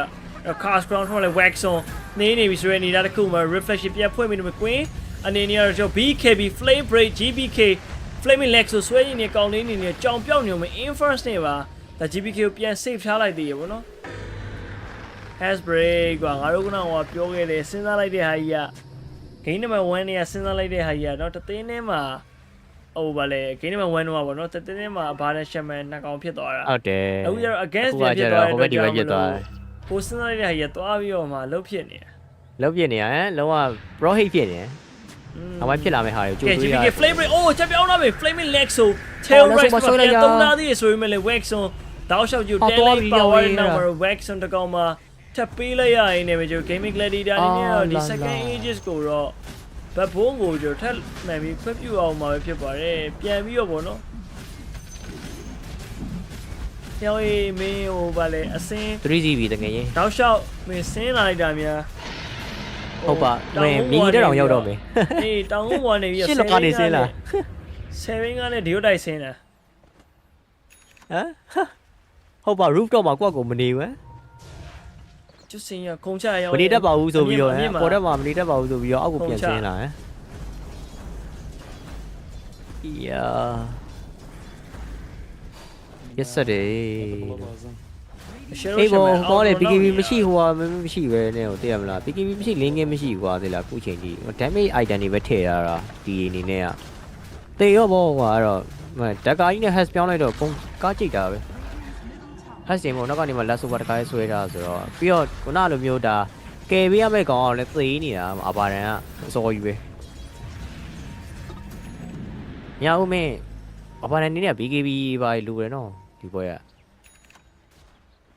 ကကျိုးမတွေးထားတဲ့ပုံစံမျိုးပဲသိလားထည့်ထားတဲ့ item တွေကိုကြည့်လိုက် authoring core တွေတက်ကာရ radiant ကွာမင်း hash spray တွင်းမှာမပြတ်တော့ဘူးထင်နေရလားမသိပါဘူးဒါမှမဟုတ်ပဲအဲ့ scenario ပဲလုံးဝမတွေးထားလားမသိအဲ့လိုတော့မတွေးခေါင်းကားလုံးကွာသိလားတရားမတွေးမိဘူးကိုရိုင်းမတွေးမိဆိုမှတခြားကောင်တွေကတွေးလိုက်မိတင်တယ်လို့ထင်တာပဲလိုက်တက်ပေါ့ညာတွေးမိမယ်ဆိုလို့ရှိရင်တော့အနည်းဆုံးမင်း display စရာတစ်ခုခုဒါမှမဟုတ်လို့ရှိရင်လည်း BKB ပေါ့လေအဲ့လိုမျိုးလေးတော့ထည့်ထားမှရမယ်ကိုလေးခုနကမျိုးထပ်ပြီးတော့ဖြစ်လာနိုင်ရရှိသေးရဲ့တော့မင်း hash အချိန်တွင်းမှာ damage ကလောက်တယ်ပြောရရင်ဒါကြည့်ကြဝိုင်းခုံကဲတင်ကာလေးငြိမ်နေရောပဲဗောနော် Unify ပါလာပြီမလားဟုတ်တာဗောအဲ့ကောင် Radiant တော့မခွဲဘူးနဲ့ Unify ထက်တောင်ဝယ်ထားသေးတယ်ဘယ်လောက်တောင်မှချမ်းသာနေလဲဆိုတာကဲမဲ့ဂိုရီလေးလို့နော်ကဲမဲ့ဂိုရီဒီကောင်ရသွားတာအများကြီးပဲ58သွားပြီ Money down နေပြီအေးမတော်ရပြန်ဆင်းလာတာကွာအစင်းကြီးပဲတကားရိုက်သွားတာ High ground ကာဖို့တော့ရရ High ground ကာမဲ့တင်ကာဒိုင်းပတ်သွားတာနော်စက္ကန့်80ကျော်ဂိုလန်ဒီပါချတာရောင်းရင်အပြက်ဖြတ်ပြီဟုတ်တယ်အောက်လမ်းမှာရိုရှန်ပန်နာနဲ့အလဲမားကျတော့ဂိုလန်နဲ့စားပတ်ဝက်နဲ့ပြားလုံးနေတာအမဲတွေ့လားနှစ်လိမ့်လုံးတပြိုင်နဲ့တက်နေတာအေးနဲလေးရောလောဘတော့ကြီးတယ်ဗောနော်ဘဘုံနေနေတာဒါမဲ့လေကြီးရဆိုတာလေလှုပ်လို့ရလို့လုံနေတာပါလေဟုတ်တယ်ဗျာအောက်လန့်ကျိုးသွားပြီပြီးသွားပြီအလဲကိုထပ်ပြီးချိုးပဲလက်စီတမိတ်ပဲပါနော်ချက်ချင်း instant buy back ထောက်ကနေကြတော့ GPK BKB ပြန်ပြီးတော့ချင်းချက်ကြည့်နေတော့မယ်ဗောနော်melody နေနေရောရသမျှတော့ကြတော့ defense matrix တွေကာနေအောင်ပဲဗျမာစီရဲ့ပစ်မီယာကဘယ်လိုသုံးရတာလဲပြရတယ်အဲ့ဒါကိုတော့ဒါ sign နဲ့ရှင်းပြပါလိမ့်မယ်မာစီရဲ့ pick me က alternative cast ပေါ့နော် order နဲ့ဖိပြီးတော့ခုံလို့ရှိရင်ကိုလူပါလာတယ်ဆိုပြီးတော့ order ဖွင့်ထားရင်ပေါ့လေ order နဲ့ဒီ right click ကွင်းထားလို့ရှိရင်ကိုလူပါလာတယ် backlit မကွင်းထားလို့ရှိရင်ရိုးတနဲ့ rebound ကိုတယောက်တည်းပဲခုံတာပဲဒါပါပဲ bro ကျွန်တော်ဘာမှထူးခြားမရှိဘူးအဲ့ဒါလေကိုကဘယ်လိုမျိုးကီးပေးထားတဲ့ပုံမှာမို့တည်းဟိုတချို့တလေကြောက်လေ order ဖိပြီးတုံးသွားတချို့တလေကြောက်လေအဲ့လို right click နဲ့သွားပြီးတော့ manual သွားလုပ်ရတယ်ပေါ့နော်ဟိုဟာနဲ့သုံးရင် control နဲ့သုံးလို့ရတယ် control နဲ့တော့ရအဲ့လိုမျိုးပြောနေတာအဲ့ဒါငါနည်းနည်းလေးဟိုလိုမျိုးရောနေရပါသေးလားကိုကကိုကြီးနဲ့ကိုပဲဆိုတော့လေချားလူရဲ့ကီးတော့မပြောတတ်ဘူးရကိုကြီးနဲ့ကိုမှကြတော့အဲ့လိုမျိုးကိုက manual သွားပြီးတော့ဒါ right click နဲ့လုပ်တယ်မလုပ်လို့ရှိရင် control နဲ့လုပ်တယ်ပေါ့ကဲပြေးဝင်လာပြီတော့လေ force ပြန်ကဲသွားလာရင်ပဲ pure တောက်ရှော့တေခုတ်ချက်ဒီအောက်မှာ level 5တင်ကနေတဲ့ queen တို့ frame roll တော့ wax on BKB ချစ်တော့တဲ့ဖြီပြီးလိုက်သေးတယ်ဆိုရင်ရတစ်ခုမှာတော့ဒါ pure တရားတော်ဖြစ်နေပြီကောင်းမ cast from okay agent the down line နဲ့တော့ templar ဆက်စင်ကိုက်ခံနေရဆိုရင်ရတစ်ခုမှာ check ထက်ချုပ်ပြီးလိုက်ရင်တော့ဒါများတော့ afford ရှိနေတော့ကျွန်တော် ace လိုက်တော့ကဲနေရပေါ့နော် wax on mero နဲ့ဗဒရေကြီးသွားညင်းနေ mero တကောပြတ်သွားပြီဗျာဒါပေမဲ့လည်းကျွန်တော် life steal ကိုခုတ်ဖို့တော့ damage ကလောက်ပါမလား stand နေ okay ပြီးသွားပြီကိုပြန်ရလာရင်းနဲ့ပဲကျွန်တော်ဘတ်ပွန်3ကောင်တကောင် okay ကျွန်တော် cast from me နေပြီဆိုရင်ရတစ်ခုမှာတော့4ကောင်တကောင်ပြန် trade လာရင်းနဲ့ပဲဘတ်ပွန်တသိန်းလုံးနီးပါတော့ပြန်ပြီးမှောက်သွားတယ်ပေါ့နော်ဒီလုံးနီးပါပြန်မှောက်တာဟုတ်တယ် ages ဒီပါပေးလိုက်ရတယ်အဓိကတော့အဲ့နောက်မှာအပါနဲ့ရှိနေလို့ပါဒီက afford ရှိနေဟုတ်တယ်တိတာဝင်သေတော့မှာအသေးအံ BKB ပြန်သုံးပြီးတော့ဒါ turn round ပြန်လှုပ်သွားရတယ်ပေါ့နော်ဆိုတော့မစိုးဘူးဒီပွဲမှာဒါဒီဘက်ထဲမှာတော့တော့အဘာဒန်ကအသက်ရှင်နေသေးရဆိုတဲ့အတွက်ကြောင့်မလို့ဒါဘဘုံနေနဲ့ fight ရတော်တော်လေးကိုခက်ခဲသွားတယ်ပေါ့နော်ဘာဒန်မသိရင်တော့မလွယ်ဘူးခုနဗရေတွေကလည်းအဲ့လိုမျိုးဖြစ်နေရမှာကွာဒါပေမဲ့ဘာဒန်တီမှသွားချတဲ့ခါကျတော့လုံးဝဒီချက်ပြောင်းနေချုပ်တာတွေပြီးတော့ cancel လို့မရဘူးဖြစ်နေရပါဒါ display လို့မရဘူးဖြစ်နေပြောချင်တာ raw တွေရောပါရောကွာချုပ်ပေါ့ဒီ fight မှာတော့တိတာသွားတယ်raw ကိုချက်ချင်းပြန်ပြီးတော့ဒါမတထအောင်လုပ်နိုင်လိုက်တယ်ဒီဗရေလေးကွဲသွားတာလည်းပါမယ်ဗျဘက်မှာဒါ live တယောက်တည်းဘက်မှာကျတော့ဒါတီကအုပ်လိုက်ကြီးနေပေါ့နော်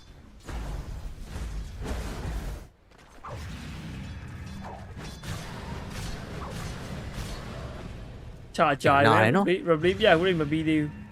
ဟုတ်ပါလက်ရွှက်ဒီ live လာနောက်လက်ရွှက်ကတ်မယ်ဆိုလို့ရှိရင် live လာတော့မခံနိုင်ဘူးအမချစ်တယ်ငေါက level 24အောင်ဖြစ်နေဒီက diabolic နေပေါ့နော်နာ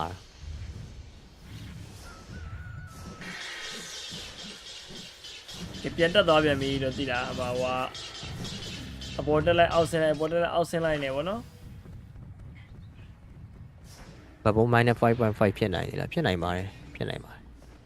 ခုချိန်တော့ဘာမှတော့ပြောလို့မရသေးဘူးပေါ့နော်28ဆိုတော့အခုက +2 ဖြစ်နေတာ +2 ကို -5 လောက်ရမယ်ပြောရင်9ကောင်လုံးတောက်လျှောက်တက်ရမှာဗတဲ့နပ်ပတဲ့ဟိုဒါဘိုင်ဘတ်ဒီပါနေဆိုလို့ရှိရင်တော့ maybe ဖြစ်နိုင်တယ်ဒီဖိုင်အဝင်ထွက်တွေပဲချက်ကြည့်အောင်ပါဗောလေဘုံဘက်ကမသိရင်တော့ပိုကောင်းတာဗောနော်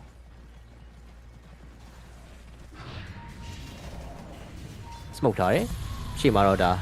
PUI ဗောနော် PUI ရှိနေပြီတကောင်းနေပြီအိုးရ Desolate တော့ပြစ်တာနော်စုပြတ်သက်သွားပြီဆိုရင်ရတခုမှာပဲနောက်ကနေကျွန်တော် Man Style BK4 stat အသေးနဲ့ K ရတယ်ရောင်းရင် PUI မလီ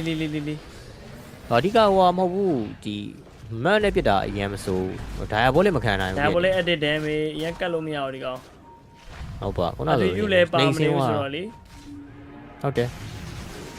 ဟိုကောင် level 25ဖြစ်နေ Flaming Leg ဆိုနေ 4 step နောက်တစ်ပါလာပြီဆိုရင်နေရာတစ်ခုမှာနောက်ကနေကြိုတာအိုး chair right ဆိုမရကဲလို့မရတဲ့ queen တန်းပြတ်သွားလာရင်းနေပဲကျွန်တော်အေး score ကိုပဲ 40 ရှိကတ်သွားသေးရပေါ့နော်အဲ့တော့ကျွန်တော် queen နေနဲ့ buyback instant ချက်ချင်းပြန်ပေးတာ Maroni နဲ့ Tofu ကိုဖတ်မှာဖြတ်ထားသေးတယ်ဗျ4 with the 5 ဆိုရယ် saturation မှာ Flaming Leg ဆိုတော့မရှိနေတဲ့ Babon နောက်ထပ်ဘာလဲတွေ့လိုက်တာလေတွေ့လိုက်လားဟိုဘာရိုက်တာကဒီလက်ရွှက်ကိုတက်ကလက်စုဆွဲတဲ့ချိန်မှာနောက်မှာကျတော့အဘာဒန်ကရှမန်ဟက်ပြောင်းခံထားရတာပေါ့နော်တချို့စပဲတွေကဟိုလုံးဝကွာဒီလားဘောရိုတိုင်းဖွင့်လို့ရတယ်ဆိုပေမဲ့ hash ပြောင်းကြတော့ဘောရိုတိုင်းဖွင့်လို့မရဘူးခုနအတိုင်းပဲပေါ့နော်ပြဿနာ hash တစ်ချက်ပြောင်းလဲတဲ့အချိန်မှာချက်ချင်းဘောရိုတိုင်းဖွင့်လို့မရဘူးဖြစ်နေတယ်ကွာဒီလား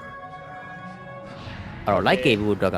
မလွယ်ဘူးဖြစ်သွားတယ်လက် shot ကကြောက်လုံးဝဟိုထဲကိုရောက်သွားတာလက်တကလက်ဆိုနဲ့ပေါ့နော် full step ဒီပိုင်းလည်းပါတယ် hurricane ပိုက်နေဆိုတော့အဲ့ချိန်မှာကွဲသွားတယ်လူတွေကဘုံဘက်ကတော့ဒါဟိုဒါကောင်းဆုံး abuse သွားရပဲပြောအောင်ပေါ့လေချမိုင်း has ကို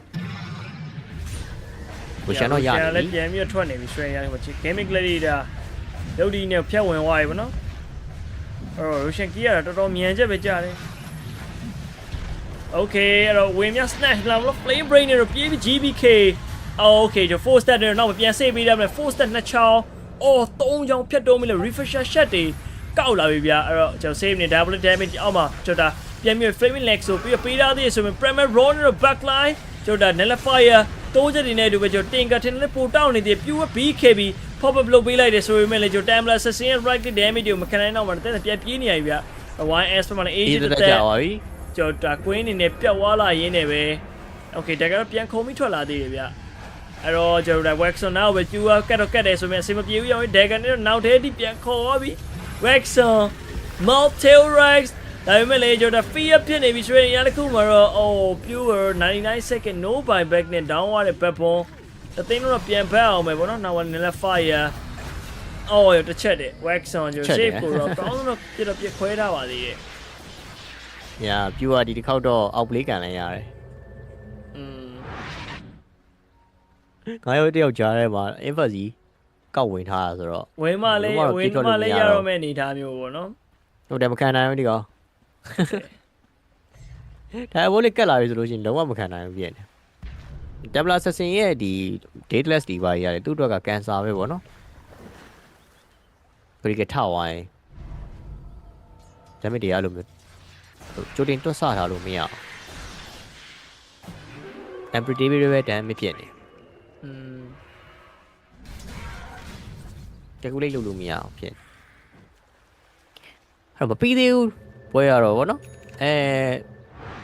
ဘာလေးတော့ကောင်းသွားလဲဆိုတော့ Queen Lashrak အေးချကြသွားတာ Queen ကဘိုင်းဘက်လှုပ်ထားတယ်ခုနအဲ့တော့နောက်တစ်ခေါက်တာဒိုင်းဘက်ဖြစ်သွားမယ်ဆိုလို့ရှိရင်တော့ဘက်ဘွန်အတွက်ကဝဲအန်ဖို့လုံလောက်သွားလိမ့်မယ်ဒီဘက်မှာလည်းအဲ့လိုမျိုးကြီးဘက်ကလည်းတတိထားမှာဗောနော်သူတို့အနေနဲ့က Queen ဘိုင်းဘက်မရှိတော့ဘူးဆိုတော့ဒီရတခုကတော့ high ground တွေပါတက်လို့မရသေးဘူးခုချိန်မှာဟုတ်တယ်အခက်ခဲကြားရရနေပြီးတော့ပဲဆော့နေရတယ်နောက်က 9k တာနေတော့မယ်အဲ့ 9k ဆိုတာက45မိနစ်လိုမျိုးဒါလေကင်းရောက်တဲ့ချိန်များအတွင်းမှာပေါ့နော်ပြဿနာအရင်မရှိတော့ဘူးထင်တာပဲဒီကတော့ buyback management နေတော့ရန်စကားပြောတယ်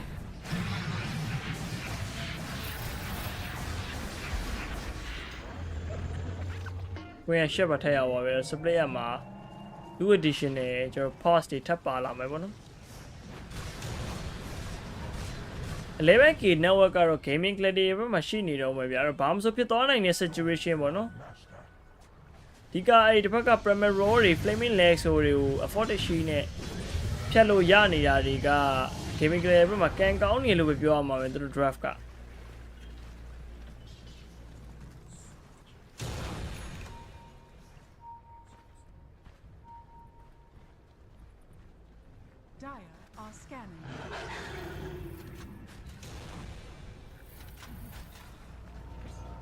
SD ရောပါလာပြီ base မှာစစီမှာတော့ဟုတ်တယ် live stream လာလေအဲ့လိုမျိုးအေးဘောသူ့မှာထိထားရတဲ့နေက radiant ပါတယ် notifier ပါတယ်အပြာရောင်ပါတယ် BKB ပါတယ် item သွားထားတာအဲ့လို damage item တော့ရှိမနေဘူးကွာဟုတ်တာခုတ်နေပြီမဲ့လို့ပေါ့နော် damage တိတ်ပြီးတော့အထွက်ဘူးဖြစ်နေနောက်ပိုင်းနေထားနည်းနည်းလေးပြန်ပြီးတော့ itemization လေးတွေကိုပြန်ချိန်ပေါ်နေအဓိကတော့ဒါအပြန်ရောင်းကုန်ပြီးလို့ရှိရင်နောက်ထပ် item တစ်ခုရမယ်။ပေးစေပါသွားရင်လည်းသွား။ခုပေါ့ something ပေါ့ Yeah တင်ကတော်နှောက်နေရတော့ Solar Crest တွေရောတိလာကြီး Defense Matrix တွေနေက Nullifier တော့မလောက်တဲ့အနေအထားမျိုးဖြစ်နေပြီ။ဟုတ်တယ် level 23အကုန်လုံးကတော့ခု potential အပြည့်ကိုရောက်နေပြီ။ဒီချိန်မှာတော့အဲ့တော့ -1 ခံရပြီဆိုလို့ရှိရင်လည်းအသိန်းကြားထဲမှာလို့မျိုးပမာဏကြီးကြီးမားမားကြီးဖြစ်သွားမယ်ပေါ့နော်တင်းတင်းကအဲ့တော့ supporter တွေ core တွေဒီချိန်မှာတော့ရှိမနေတော့ -1 မခံရဖို့ပဲလိုတယ်။ရောက်တေးသွားပြီဆိုလို့ရှိရင်တေးသွားတဲ့ဘက်ကတော်တော်နှိမ့်အောင်မှာပဲလေမှာ။မြင်နေရနော်ကိုလေး။အော် full set တွေရောက်နေ။ ချက်တွန်းတာ full set ခု3ခုတွေအတွဲလိုက်တွေလာတာ။ကြောင်ရမ်းပြီးတော့ regular တွေပါပြီးဟိုဘက်ကိုထောက်မထားမိနေပေါ့နော်။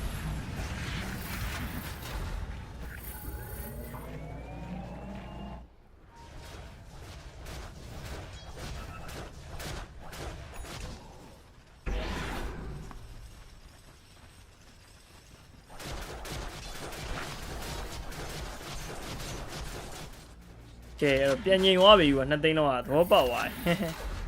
ဟုတ်တယ် Link Spear တွေနော်တိုဖူးမှာတော့ Link Spear တွေပါနေပြီကဲပြီးတော့ Infirst နဲ့တော့ Balam Nullifier နောက်ကနေကျတော့ Timeless စီဝင်အပြစ်မှာတော့ Melbash ပဲပါလာရင်းနဲ့ပဲ Okay ကျတော့ Safe ကတော့ပြတ်သွားပြီပြတ်မှလည်း Man Style ခွဲထားပြီကျတော့ GBK BK Pop လို့လိုက်ဆိုရင် Side Blade Damage ကတော်တော်ယူစုပ်ပြတ်တက်သွားတဲ့နောက်မှာ Kill the Offering Backline ကျတော့ Control နဲ့တူပဲကျတော့ Queen ပြေးပြီးပဲတိုးပြီးထားသေးတယ်ဗျာ supporter နှစ်ကောင်မရှိတဲ့ backbone အနေနဲ့တော့အကုန်လုံးပြန်ပြေးရမယ့်အနေထားပေါ့နော် Gaming Gladiator တို့ Game 3မှာတော့တဲတဲ့ပြန်ပြီးရုန်းကန်နေပါပြီ So supporter နှစ်ကောင်ကြာသွားတယ် High ground တွေပါတက်လို့ရနိုင်မလားဗောလေချက်ကြည့်ရအောင် လိုက်နေသူဖင်နိုင်ဖို့အတွက်ချင်းချက်ကြည့်နေတာတဲနေလုံးနေပြီအိုး Link Spear Premier Rock ပြီးသားနေ Shadow Ram နဲ့3ရသွားတယ်အဲ့တော့ Melbash မှာ BKB Pop up right click damage အောက်မှာ Our staff နဲ့တော့ပြူကြိုးစားနေတဲ့ Mero အေးဘောကိုလေးရဲ့ ကျွန်တော်ထပ်ပြီးပါဆိုးတယ်နော် Sharon ကန်ဆာကြီးလို့ ရောကန်ပြီးတော့မှထွက်လာဟမ်သုံးလို့ရနေပြီအဲ့ရတော်တော်ဆိုးဆိုးရ high ground တက်လာပြီဟမ်50-50 ခုချိန်မှာတော့ဒါပေါ့ဘယ်သူမဆိုဒါနိုင်သွားနိုင်တဲ့အနေထားပေါ့နော်ဟုတ်တယ်ကဲ B-Master ဘာမှမရှိတဲ့ second 50တလိန်းတော့ပြန်ပြီးတော့ရမယ်ပေါ့နော် mini rest တွေပဲချိုးချိုး battle bridge ဘာညာလည်းပြန်ရနေပြီဆိုတော့ပြန်ဖက်တာပို့ပြီးကောင်းပါတယ်ပတ်သွားပြီပါတယ်အတွက်ဆွဲအတွက်ကြောင့်မလို့ pressure ပေးခံထားတဲ့ lane တွေတိတ်ပြဿနာမရှိဘူးပေါ့နော် AC သွားပြီးရှင်းလို့ရတယ်ကြွတ်တွေနဲ့ဟုတ်တယ်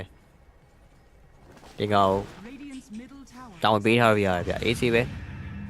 network တွေလည်းများလာပြီခုနကလို 9K ကတော့အရင်မများဆိုပြီး 23K လောက်ကြာတော့များတော့များရပြောရမယ်ဒီမှာဟုတ်ပါဒီက Ace ကလည်း Ace တောင်မပေါ့ဘူးအကုန်လုံးပါပဲ Watson နော် Queen Ace 3ကောင်လုံးကထိတ်ဆုံး network တွေမှာဖြစ်ကုန်ပြီနောက်ကနေမှနှောက်တဲ့အကောင်နေဆိုလို့ရှိရင်လည်းဒါတင်ကောင်တက်ကွဲလို့တော့သူ့အနေနဲ့သူID လေးကထွက်လာပြီဟိုမှာတက်ကွဲလို့မှဆိုလို့ရှိရင် linking တင်ကောင်မှဆိုရင် BKB အရင်ကတည်းကဆိုလို့ရှိရင်တော့ခုချိန်မှာဖြတ်ရတာတော်တော်လေးခတ်သွားပြီပေါ့နော် GG supporter ကြီးဆိုပေမဲ့လည်းသူ့အနေနဲ့စာတက်နေပြီဗျ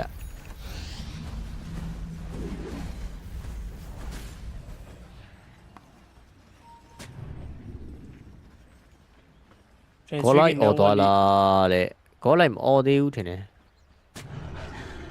ဒီတော့မထားမိဘူးဗျမအော်တော့သေးဘူး bro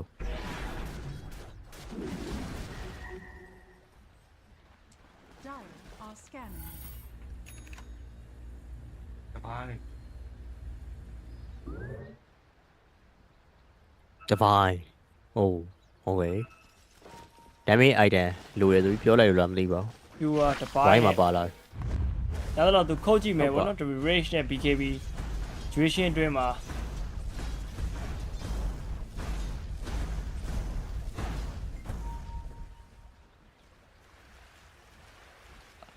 မလာနေပြီအေးကွင်းပြရတာနော်ဒီဘက်ကနေပြီးလက်ဆိုကြီးနဲ့ဆွဲခံလာရမယ်ဆိုလို့ရှိရင်တော့သိမ်းပါလာနေပြီစမူကြီးကြောက်စရာကြီးဘောနဲ့စမုတ်ထားတယ်โอเคကဲ melody ပေါ်ဝိုင်ဖုန်းနဲ့ safe backline ကနေပြန်ပတ်ပြီးဆွဲနေရတခုမှာတော့ double နဲ့ queen စာပြီးတော့ fast move လုပ်ပေးလိုက်နေပဲကြတာနောက်ကနေ double edit damage တယ်ဘလို့မခံ in first ထွက်လာတဲ့ကြပြူမရှက်ကဖြတ်ချုပ်ပေးလိုက်ကြတယ် level တင်ခံထားပြီဆိုပေမဲ့လေ Queen နေ steal လိုက်ဘေးတစ်ပတ်တဲခုတ်ပြီးလိုက်ရင်းနဲ့ပဲကျွန်တော် pure damage တွေကို what the fuck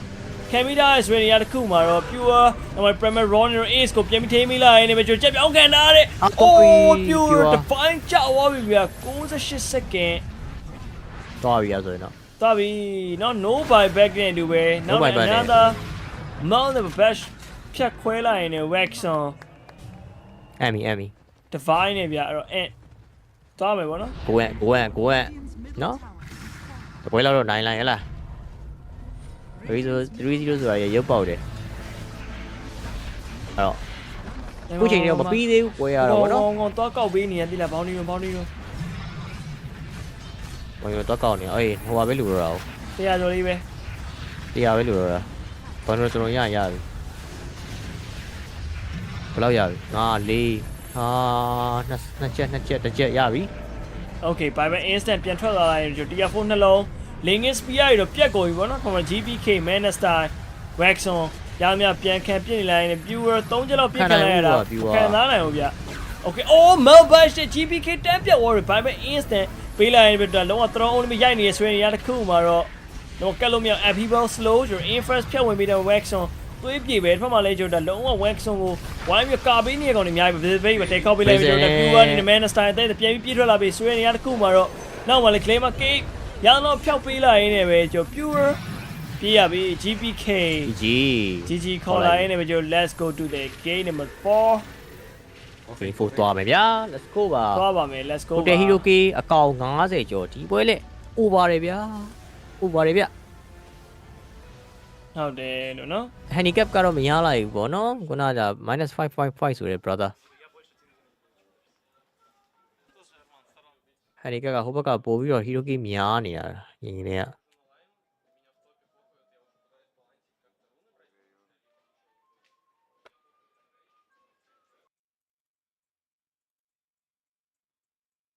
executed at the later stages of the game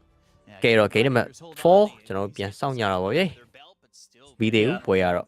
ball draft နဲ့တူကျွန်တော်ပြန်လာခဲ့ပါမယ်ဗျာအားလုံးပဲ stage မှာ ပြန်လာခဲ့မယ်ပေါ့နော်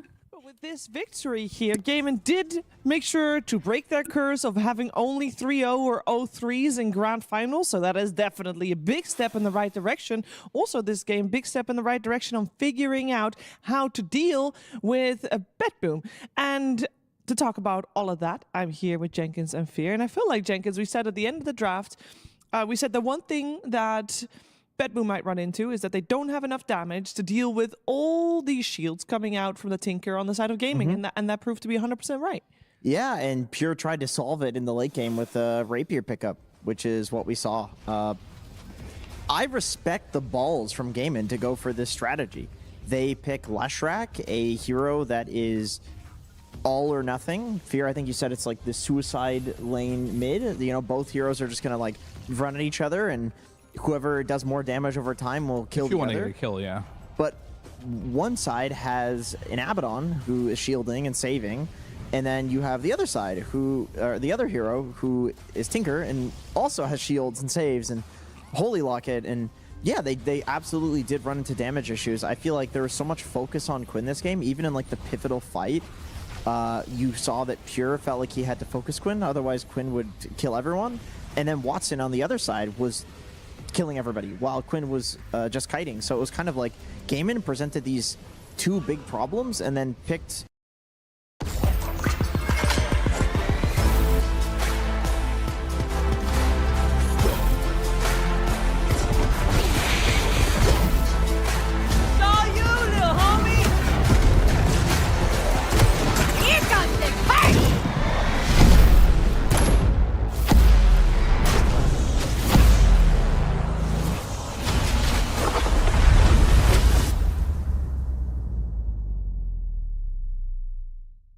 stick charges, and if Bat ever goes in, you're just gonna press Edict and you will die. And we saw throughout the entirety of this game how that looked. But I do have to say, Ace and Malady, this looked really good for them. Like, they just continuously kept the team alive with all the shields. This late pick Tinker looked absolutely amazing here. And I think for BetBoom, a lot of the way they did win was off the back of GPK playing some of these like meta heroes. And I think this is a good response for Gaming Gladiators. Maybe they want to potentially play more first pick to get this desired result. And speaking of supports, Malady played very well. Hero healing. Hey, that's so much. That is so much. So Almost as much as his net worth. Like, that's crazy. That's like a damage number, you know, not a hero healing number. But Tofu also had an excellent game as well. He was he built Blink Dagger, Yule Scepter, and then a Lincoln Sphere. And he was such a menace in the fights, like constantly throwing down brambles, using Cursed Crowns. Like sometimes we're even seeing that stun pure after like all of his rages, BKBs, Mantas, whatever. And there were so many fights that we saw where BetBoom tried to go on Tofu, and he would use the Willow W. Yeah, and it's like a there's like a 0.2 second window where you can have things casted on you when you're in the Shadow Realm. Yes. And there was one time where he got hexed and he went into the Shadow Realm. I was like, holy shit, the amount of muscle memory you have to have. Like his finger that's an index finger press right there. Your middle finger is not even quick enough for that. Well, it was definitely like that was the game he was playing. He's like, I really hope they'll jump me and I'll be fast enough. And he was fast enough. We're going to look at two more things in this game we just watched. One thing was actually in favor of BetBoom because they went for a smoke gank on Watson Jenkins. Yeah, and this was when they actually made a pretty good comeback. They used the break mechanic from Shadow Shaman Hex to kill Ace. And then they made it look like they were going to go into Roshan, but they actually were going for the smoke wraparound, and this catches Watson out. And here's where I was thinking, like, oh no, Gaming Gladiators, like, they're going to lose, and it's going to be another 0-3 series. They're not like, here's the curse, here it is. But the thing is, Gaimin had such a strong idea of how to play the game. They can get outplayed once. Like, this wasn't Gaimin making a mistake. This was just BetBoom showing how strong of a team they are strategically to get to this point. Yeah, they were still definitely playing to win and trying to find a way to deal with the lineup that Gaimin had that was so difficult to kill with all the shields that we mentioned. That was one fight that they also tried, but it didn't work out as well that time around, as we are gonna see a fight a little bit later on, Fear. We're going to about 38 minutes into the game. They want to take this fight. Yeah, I mean, that was a beautiful force staff, though, from BetBoom, and a lot of these fights in the mid game, it was a really close game, but these tinkers, right? Like, you're trying to get all these spells off, you're trying to kill these heroes, but these shields coming out every single fight was incredibly annoying to deal with. And yes, you're focusing yet again, the shield coming out, double shield for the TA. You use everything to kill this TA, but at what cost, right? You get him, but your whole lineup is like crumbling apart. You're fighting within the March, you're fighting within these Edict Pulse Novas. The ground control that Gaimin had in this game was crazy, as well as just the healing. We saw the healing the Tinker did, but that doesn't factor in the Solar Crest, the Defense Matrix, like barriers he's putting on everyone as well. The Dispels as well. Yeah, the Dispels. So there's been a lot to deal with in this lineup, and unfortunately, they were under-equipped. When you're playing heroes like Batrider and Beastmaster, shields and status resist are your enemy, and there was so much to deal with. There was a lot to deal with for BetBoom that they didn't deal with in the end. How recreatable is this for Gaming Gladiators to see if they can go the distance and potentially even a reverse sweep here? Go ahead. I think it's recreatable. I think, like you said, they solved GPK. It looks like GPK solve himself? Maybe he solved himself, but he didn't have to play Bat that game. He didn't, but the games that we have seen him really pop off, it's like he's always Puck in Monkey King. And we saw the Queen of Pain. It maybe wasn't as like insane as the Puck has looked, but I think if you can get the Puck out, take the Monkey King, ban the Monkey King, at least make GPK human, then the game is a lot more even. And then, and only maybe then, will Gaimin take this to all 5 games. Make GPK human. Yes. Yep. We've got to. he's not been human lately. It sounds like such a simple solution if it's just going to come down to that mid lane. We're going to find out if Gaimin can make GPK human 2 games in a row in game number 4 after a break.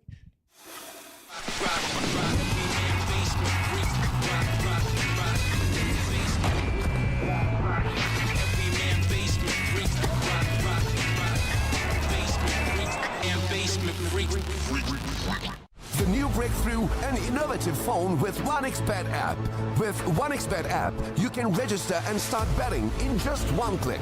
Intuitive interface and thousands of sports events every day. User-friendly app. Big wins, fast payouts. The human body was built to move. Not trapped at a desk in one singular posture for 12 hours a day. It's time your chair evolved. This is Secret Lab Titan Evo. Ergonomically engineered for you. Gamers, hybrid workers, artists. Backing your every move.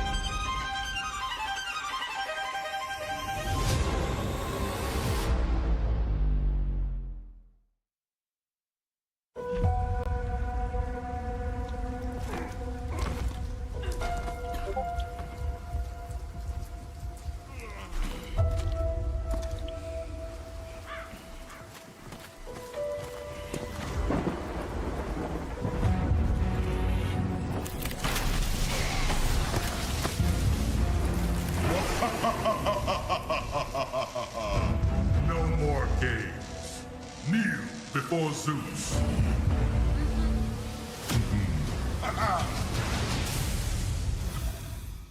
Welcome back. You are watching the grand finals of PGL Wallachia Season 5, and we are going to a game number 4. BetBoom is still on match point. They're 2 games up, not against Gaming. They're 1 game up against Gaming because it's 2-1. That's right. Gaming was able to break their 0-3-3-0 curse, and we're going to find out if they can turn that into a potentially reverse sweep. They figured out how to deal with BetBoom in that 3rd game. And the question is, can they do that again? Can they replicate what they had? Because it's not just them looking for adaptation now. It's also going to be BetBoom looking for that adaptation. And I feel like, Fear, this is a team with all the games that they've played. This is BetBoom with so many games played. Before the finals, it was 25 versus the 13 of Gaming. They've played a lot of 3-game series, so adaptation is definitely in their playbook. Yeah, for sure. And they won a lot of their games in the same way, though. That's like my only concern. It's like GPK got some puck. He's unkillable. He's playing Monkey King. His rotations are really good. Pure got Nature's Prophet or TA, or maybe this late pick Lifestealer. So they're still doing that, except for the only thing they changed in this game is they banned the puck, which maybe in hindsight they might not want to do, just because he's shown that if he gets one of these heroes, he typically pops off. And this was a mid bat that it's a risky pick. If it doesn't pop off, it usually doesn't look good. And how are you going to pop off in this game? You're versus a Leshrac, you're versus a Tinker, you're versus a Baden. It was a really tough game. So Gaming did a good job with their bans. I think the Leshrac pick did dissuade some of these Monkey / Pango picks that he might have went for. But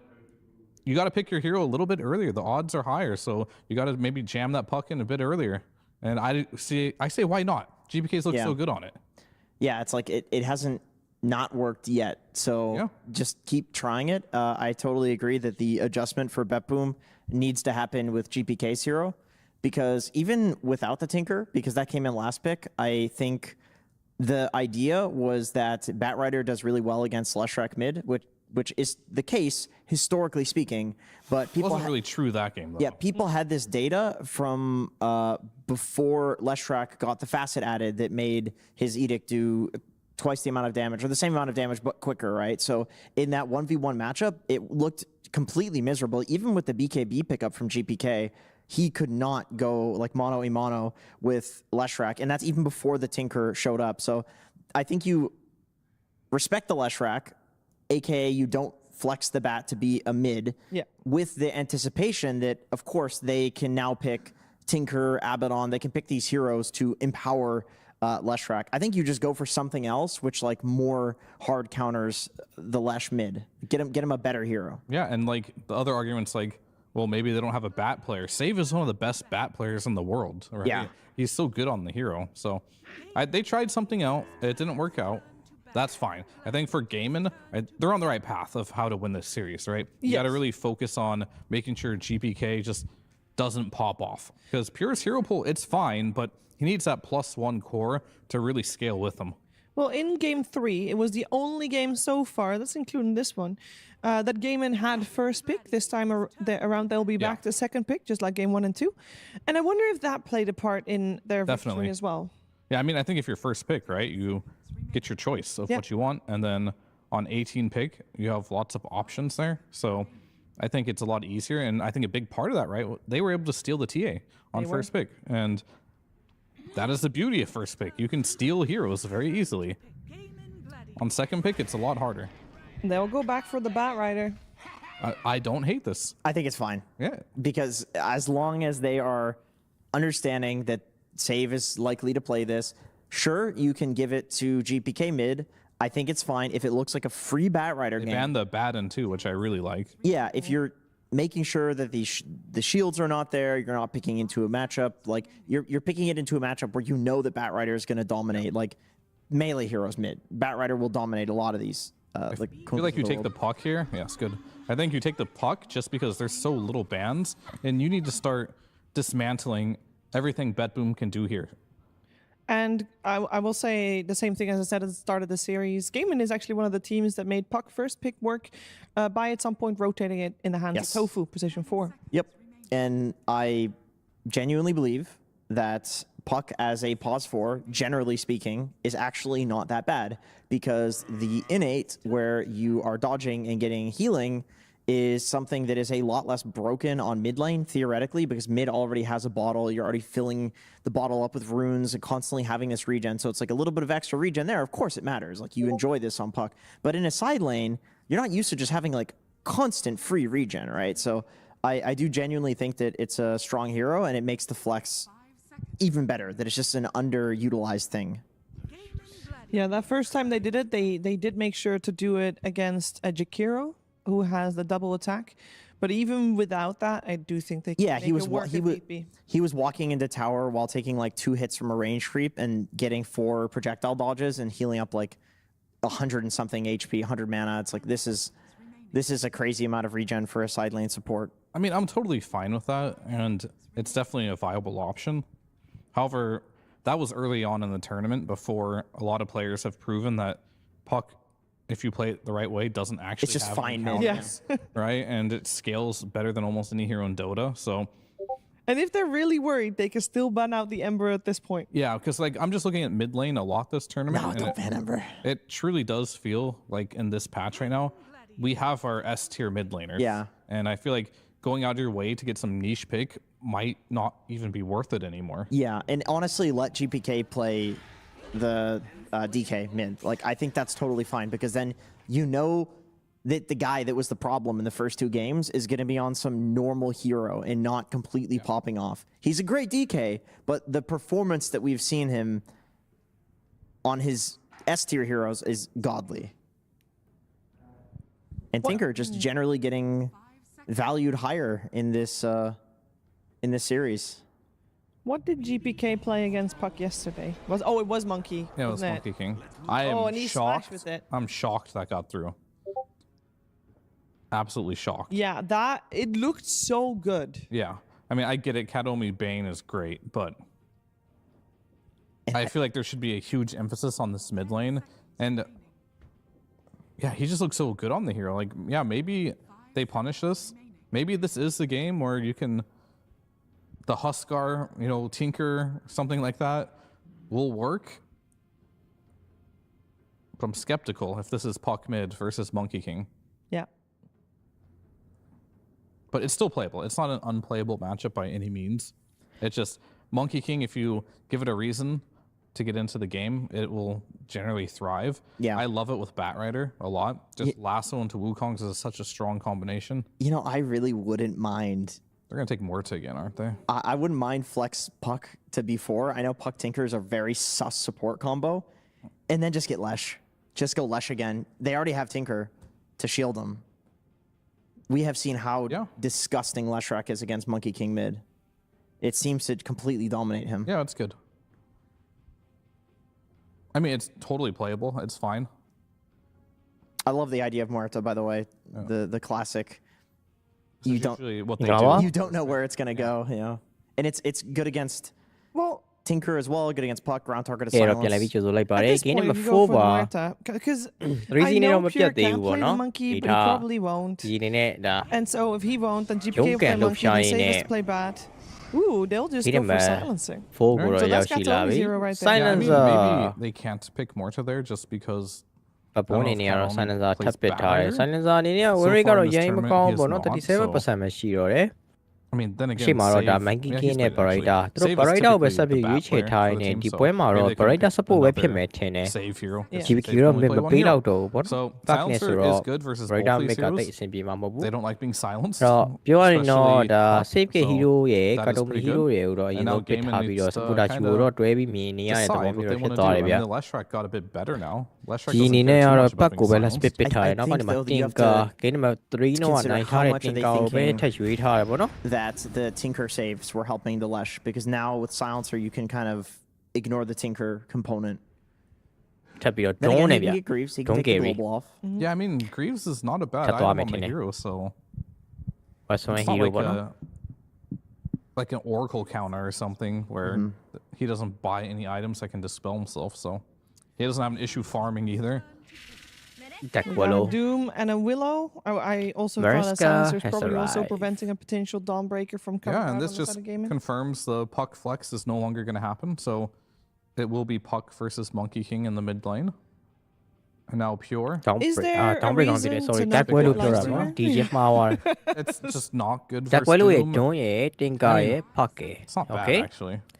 ဘဘောအနေနဲ့ကတော့ဒီဘက်မှာဒါနောက်ထပ်ဒီ first pick ရဲ့အရေးကြီးဆုံး pick တစ်ခုတော့ရောက်ရှိလာပြီပေါ့နော် live filler ပဲထပ်ရွေးထားတယ်ဗျာ brutal or melee creep but that's what he does. That's what he does. It's usually an ancient black dragon now though actually with the Gore Storm facet. Yeah, so this is fine. I mean, it's good in lane. Doesn't care about a lot of these heroes. If you do get doomed, well, you better kill him. Go back to full health. Yeah, I mean, it's fine. Was it the best pick possible? Who cares? It's Pure. We know what his hero pool is anyway. He plays the heroes that he thinks are good. I agree with the assessment of like life cycle was not an issue last game. So then we're looking for our final pick. He can bet the 3-2v. That gets to pick out of this ban phase. And a Watson hero for gaming unless they put Doom on Watson, which they could. That is a potential there too. That's been in pretty nice. Running away from Doom, Tinker. The only thing is like Coil is a little weird. You can snap that. Also a pipe builder against a metric shitload of magic damage. Summons are okay, but into Doom it feels kind of bad because he can eat them in the lane. Yeah, I mean I'm not entirely sure. I mean, I think it's likely a carry Doom. It has so far only been Watson playing for gaming, but I know it's an Ace's wheelhouse too. It is. I mean, I don't hate the idea of taking Miro like more of these Pango type of rounds. 10 seconds remaining. Pango would be really good. You're right. They do just feel like they kind of like a lot of team fight right now. And Pango could simply roll through all of the garbage that Gaiman is throwing on the ground. Yeah, I mean, Pango, Bristle could be interesting too. Just sit there. Tank it up. Dark Willow hates playing versus Bristleback. It would be like your frontliner, which, you know, Leicester doesn't like to play in the front line. You don't want to get doomed. Monkey doesn't like the front line either. So if they put a Bristle in the front, could be good. So yeah, Bristle, Pango. And I know a lot of people like think of Bristle as getting countered by Doom, but I just don't think it's like that anymore because of the green facet. Like you're buying utility items and you're kind of okay soaking everything. Like that's what you want to do in the first place is soak everything.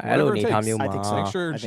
အနေနဲ့ ready position ဖြစ်နေမှရမယ်ပေါ့နော် because honestly ဒီ especially ကတော့ with the fans ကို facet that Quinn went he ပြန်ပြီးကြည့်ပြီးမှရ should မယ် lose ဆို this တော့ lane ဒါ like အနေ you're ထား supposed to ကို lose ကျွန်တော် this တို့မြင် lane ရ and မယ် I ထ think င်တယ်ဗျ GBK is high skill enough to punish him အဲ့ for တော့ going this facet Yeah. Okay. အဲ့လိုမျိုး So ဘတ်ဘောနေနဲ့ all snowball နဲ့ eyes on လုံး the နိုင် mid မယ်ဆိုလို့ရှိရင်တော့ mid lane game to မှာလည်းဘတ်ဘောရဲ့ဒါ live ပြ win တော် that တော်လေး lane ကော as င်းတယ်လို့ပြောရ comfortably မယ် as my panelists, but then အဲဒီ also ဘက်ကတော့ပြန်ပြီးတော့ဒါ hoping that တိုင် Quinn မ is တစ်ခုတော့ not ဆောက် left မ to his လို့ own ပဲပေါ့နော် devices. ဒါ Are there French any က other အ lanes? ပြာ And you ချောင်း know တိုင် what? မ We're င်း gonna နဲ့ just သူတို့ see အနေနဲ့ all those ပြန်ပြီး other တော့ချ lanes မယ်ဆို in တဲ့ action အနေ right ထားတစ် now ခု as we're မှာ ready for game number 4 with Beakup and mid game Lacoste. မှာတော့ပို့ပြီးတော့ Thank ဒါ you very much, တိုင်မ Shiver, မြင်တာဆို coming လို့ရှိရင် into ဘတ် game ဘော number လို့ပဲ 4 ပြောရ here မယ်ပေါ့လေ between Gaming Gladiators and BetBoom. Silencz Layy, It is hello, an ဘယ်ရောက်နေလဲ offlane မသိဘူး Venge, something we haven't seen Hello, too ball. much of this tournament, but safe lane doomed for gaming, which we've seen a lot Coming into this grand final. They go back to the Tinker, and this is something that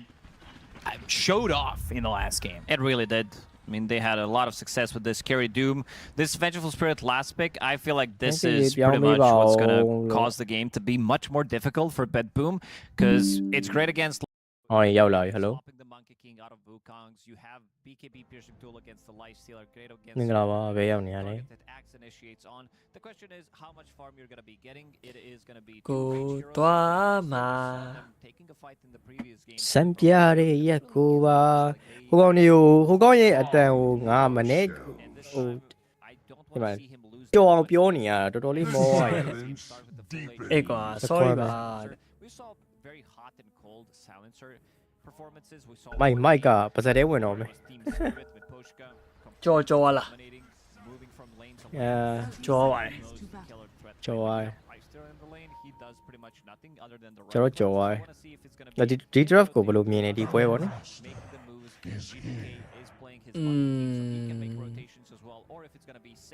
Maybe trying to go for some of these sneaky rotations when Axis creep skipping what he's looking for. I think no counter initiation နဲ့ကောင်းလိုက်ဟုတ်တယ် နော် XD Crash off lane XD ရော group အထူးသဖြင့်ဒီ performance က key point ရော group silence ပေါ့လေဒီမှာသူက initiate စလို့ရှိရင် group silence နဲ့ zone ဝင်အခုလောက်ခံရပြီးပြေးမယ်ဆိုတော့ group silence နဲ့ zone ထွက် zone မိုက်တယ်ဒီဘက်ကကျတော့လေ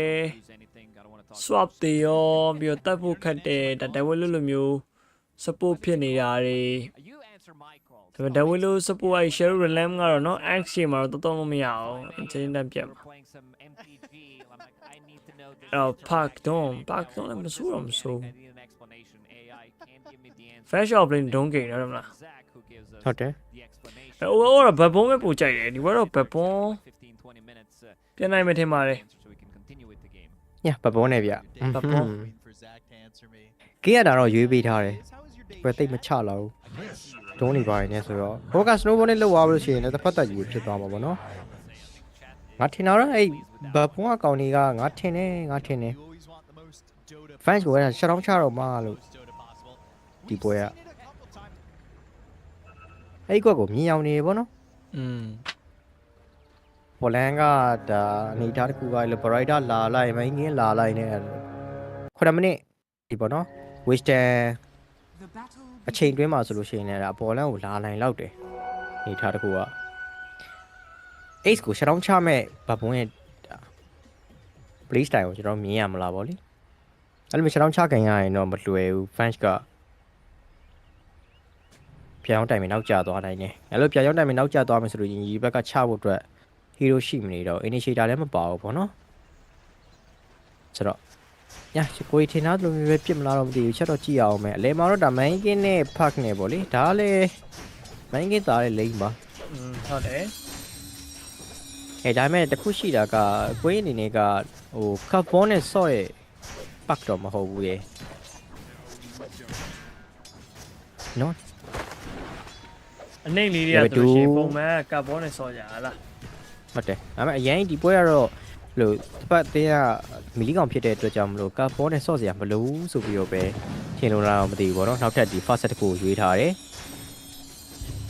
အဲ့ချက်တော့ကြည့်အောင်ပဲဗျကိုင်းဘယ်လောက်ထိလှုပ်နိုင်မလဲဆိုတော့ပေါ့နော်ပြောရရင် pack တွေကလည်းနှိမ့်နေဆိုပြီးပြောပေမဲ့လည်းတခါလေကျတော့လည်း consequence တွေပေါ့နော်တခြားပြောကရင်ကြောင့်မလို့တာဝါးတဲ့အနေထားမျိုးတွေလည်းရှိရင်လည်းရှိတာပါပဲဘယ်ရောက်သွားဘောရတပတ်ကြီးပတ်လာအောင်โอเค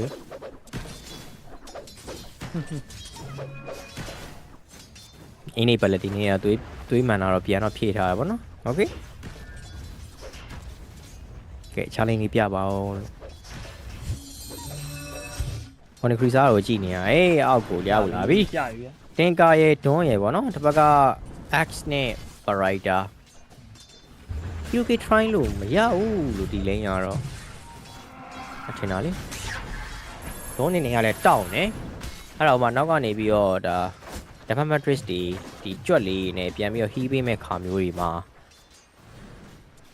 ရှင် fight ဖို့တော့ကဒါဒီဘယ်လိုလဲလို့ထင်တာပဲပေါ့နော်အဲ့တစ်ဖက်မှာတော့ Barrider တွေဒါ X တွေပါတယ် ဘန်နမစ်ပေးရတဲ့အနေထားမျိုးတွေ DPS ပေးရတဲ့ခါမျိုးတွေမှာအဆင်ပြေလောက်တယ်ပေါ့နော်ဟောပြောရင်ဆိုရင်ချနေပြီโอเคဟိုးဝါ ပြီးသွားပြီ ဆော level 2မှာပဲဟဲ့လို့ ဟိုမှာလည်းတူဘူး magic master နဲ့တော့ကျွန်တော် pure draw ကိုင်းဝိုင်းဆိုရင် ace အဆုံးသတ်ဖို့တော့မလဲဘူးပေါ့နော်ဒါပေါ်ကျွန်တော် hero king နှစ်ကောင်နဲ့တော့စထားပါတယ် တာဖွင့်လာတယ် alright အဲဒါကန်တော့ပြီး silent fast ရှိသေးလားရှိသေးရမလားကဲပဲ မရှိတော့ဘူးမရှိတော့ ရှိတော့နော် မရှိတော့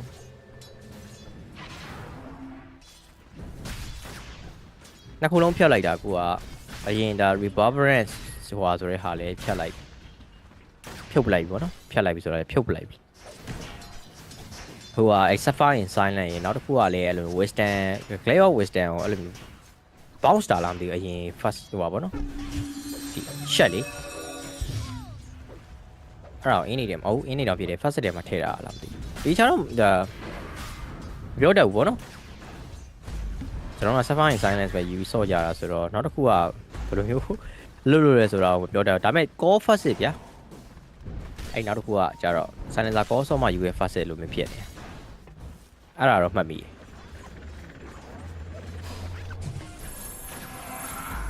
အောက်လမ်းမှာကခုနကဒါရထားတဲ့ hero key တစ်ကောင်ကြီးကတော့တော်တော်လေးတော့စင်ကြင်နေပါတယ်ရေဝါဆိုမက်ကပြင်ကြည့်လို့ရှိရင်လည်း hero တာတည်ထားတာပေါ့နော် Waxon ခရီးတော့စားလို့ရတယ် Derry တွေနှင်းနေရတဲ့ကျွန်တော် Mero right click damage Waxon dive can ဘယ်တော့မရှိဘူးဟုတ်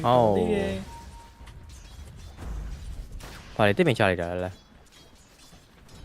ဟုတ်တယ်တိတ်ပင်ချလိုက်တာဒါပေမဲ့လေကွာခုထပ်လုပ်ပြန်ပြီသိပြီနော်ဒီတော့ result ကအတူတူပဲ same shit ဟုတ်ပါအေးမစကားကိုပြန်ပြောမှရမယ်တင်တယ် Barita ပါရဲ့ဘက်ကတော့ strong နေနောက်ကနေပြီး Battle Hand ကဘာညာသုံးပြီးတော့ light ခုတ်တာမခံနိုင်ဘူးဝက်ဆုံးအေးပါပတ်စစ်ဖြစ်တာကတော့ကြီးဘက်ကတိတာတယ်လို့ပြောရမှာမဟုတ်ဟိုဒွန်းလို့ဆိုတဲ့ကောင်တင်ကားနဲ့တွဲဖက်ပေးလိုက်တဲ့ခါကျတော့ဘာမှလုပ်မရတော့ဘူးအဲ့ဒီအောက်လန်းက Acts like this very much.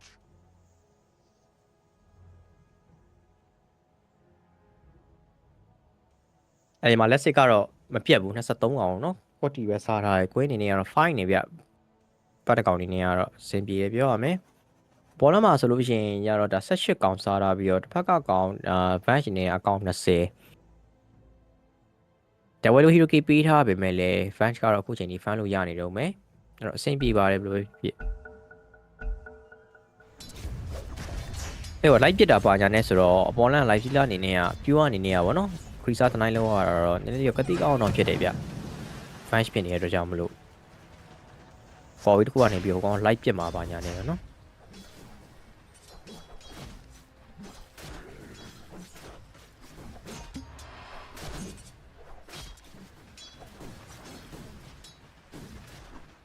ဝေဘန်တစ်လုံးနဲ့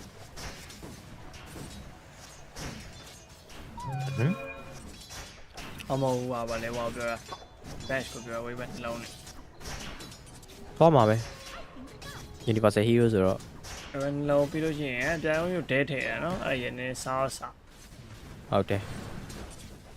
ဒီကတော့ attribute များနေဖို့ပဲလိုတာ soul strike နဲ့ဆိုတော့ပို့ပြီးတော့ damage ထွက်တယ်ဗောနော်ကဲစီတော့ပြီးထုတ်ပြီးဆိုရင်ပြူကတော့ပြန်ကိုင်းနေပေါ့နော် physical နှစ်ချက်ကိုဘယ်လို့မခံစားနိုင်ဘူးဗျကတ်တိုမီပြန်ရှင် trade နေရမယ်ပြူကတော့ tofu racket ချက်မရရအောင်ပြစ်သွားသေးရပေါ့နော်ပြူတောင်းပြောရရင် tofu ကလည်းခုနတက်ခွဲလို့ပဲပြူကလည်း live healer ပဲဒီလေးမှာဒီလိုပုံစံပဲပြန်စော့နေရတာပေါ့နော်အသေးပြစ်တယ်ရောင်းဟိုဘက်ကောင် range နှစ်ကောင်ဆိုတော့နည်းနည်း freezer ကခတ်တယ်ဒီမှာတော့ပါတယ်ခုနပြောသလိုမျိုးပဲအောင်နေနောက်နေအောင်ချက်ပြစ်လိုက်ဒီချက်ပြစ်လိုက်ကိုးပြီးပြစ်နေရဆိုတော့အောင်လည်းမတော့လုံးဝ action နေနေရတော့ပြီးတော့ cricket တာတော့မြင်ရမယ်cricket တယ်ဆိုရင်တော့ don အနေနဲ့ကလည်းပြန်ပြီးတော့ free fan လို့ရမယ်ဗျ vice versa ပေါ့လေဟိုက fan လို့ရတယ်လို့ဒီဘက်ကလည်း fan လို့ရတဲ့ပုံစံမျိုးဖြစ်သွားတယ်မင်္ဂလာပါ bro မင်္ဂလာပါကိုဆိုင်ခန့်ခိုင်မင်္ဂလာပါကိုဆိုင်ခိုင်ကဲလေမာတော့ park boundless strike right click channel ကွင်းပြတ်သွားပြီပုံမှန်တိုင်းလေးပဲပေါ့နော် အဲ့လဲမှာ plus 1 TV နဲ့လာပြီးနိုင်ချင်နေရဗျာကျွန်တော်ခွင်းအောင် plus 1 TV နဲ့မရဘူးဆိုရင် plus 2တွေလာနိုင်မယ် plus 2မရရင် robot 3မရရင်4ပေါ့လေလာပြီတလားအေးဒီကတော့ဒါပေမဲ့လေနည်းနည်းလေးတော့ဒါလိုသွားတဲ့အနေထားပေါ့နော်လာတဲ့ဟိုပုံစံကတိတ်တော့အဆင်မပြေဘူးကြည်ရတာဘက်ကလည်းလာမောင်တိရဲ့အနေထားဟိုပါပေါ့နော် position မျိုးကြီးမြင်နေရတာဆိုတော့ robot မဟုတ်ဘူးလားတဲ့ mouse တဲ့ဟိုကြွက်လို့ပဲခေါ်တာဟိုဒိုတာ1အသုံးနှုန်းပြောတာပါဒီကတော့ machine ပေါ့လေ robot ဆိုလဲမှန်ပါတင်ကားရဲ့ဟာဘယ်လိုပဲခေါ်အရက်ခေါ်နဲ့တကယ် professional ခေါ်နဲ့အဲ့လိုပဲပွဲတာပါဟုတ်တယ်လာပြန်ပြီဒီတက်တော့ပြီးလွတ်သွားမလားအဲ့တိုင်းလွတ်သွားတယ်ဟေ့အောင်just say လွတ်သွားတယ်စတမ်းမပါဘူး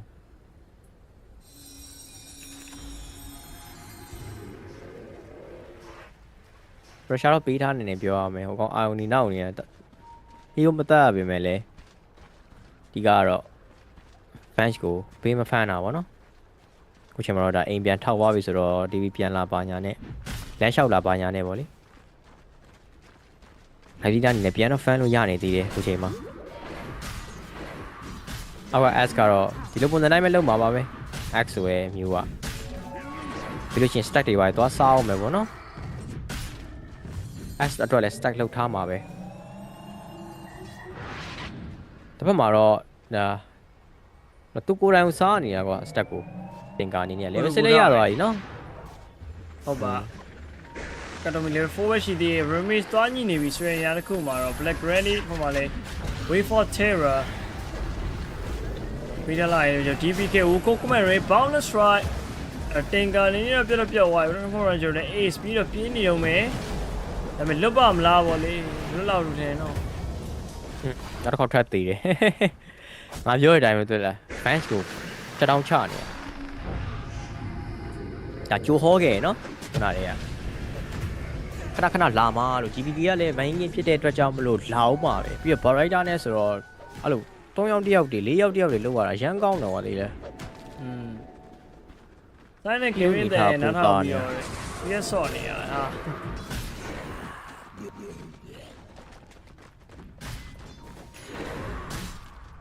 နိုင်လာ round ဘလောက်လဲပြန်ပြီးမှရတော့မယ်ပြီးတော့ပြေးနေကိုဒီယာ ref မှတ်နေရတယ်အများကြီးပဲ bro ရဲ့ကိုရမတစ်ခါလေးပြေးသေးတယ် workout နေတယ်ဘယ်မှာတတိမထားမိအောင်အဲ့လေ GGPP ကို4កောင်ပြတ်ရင်နဲ့ donate 1000မှာတဲ့4កောင်ပြတ်ရင်ဆိုတာက GG ဘက်က4កောင်ရမှာ +4 လားအဲ့လိုလား brother ဟုတ်လားကဲ ghost story နဲ့နော် okay ချိန်ဆွဲနောက်မှာကျွန်တော် bounce strike အိုး flame brain နဲ့ bounce strike နေရတော့လဲ wise မှာ queen ကပြတ်သွားတယ် melody တကောင်တက်ပြီးတော့ firefly damage အောက်မှာရ wax ဆုံးမှာကြားလို့ဘာလို့လဲဒုံးတော့ပြန်ပြီး life steal လောက်ထည့်ပြီး inferno blade okay ကျွန်တော်တိမ်မဲ့တူတော့ wax ဆုံးပြန်ခုတ်ခဲ့တယ်ဆိုပေမဲ့လည်း wax ဆုံးတော့မလဲ bounce strike ပဲ GBK တိုးလို့မရတဲ့အနေထားတစ်ခုမှာ save ကိုပါကျွန်တော်ပြန်ရအောင် save ကို oh sorry ဝါနေပါကျွန်တော်ဒါ swap နဲ့ပါဖြတ် save ထားသေးရပါတော့ဒုံးဘာရတက်သွားရဗျာတေးသွားတယ်ပတ်တေးသွားတယ် live leader တေးသွားတယ် okay 2 for 2 trade ပဲတန်လားဆိုတော့ပုံမှန်ပါပဲဂိုးချင်းကတော့ဟိုဘက်က1000နီးပါးလောက်တော့ဒါတာသွားတယ်ဗောနော် handy minus 3.5 okay ဗျာ good luck ပါ bro မင်းနောက်ရင် family ပြင်းနေတာတန်းတစ်မျိုးကြီးမပြေးပါဘူးစနေတာ brother အော်ပါဒီတိုင်းပဲပုံမှန်ပဲဒါကြဒီပိုင်းခံပြီခွဲခံလိုက်ရပြီတော့နော်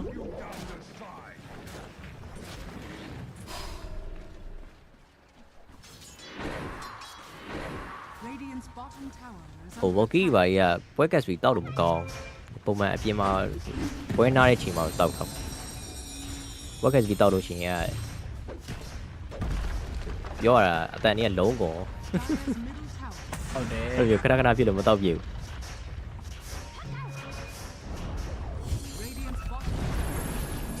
ကြအောင်ပါ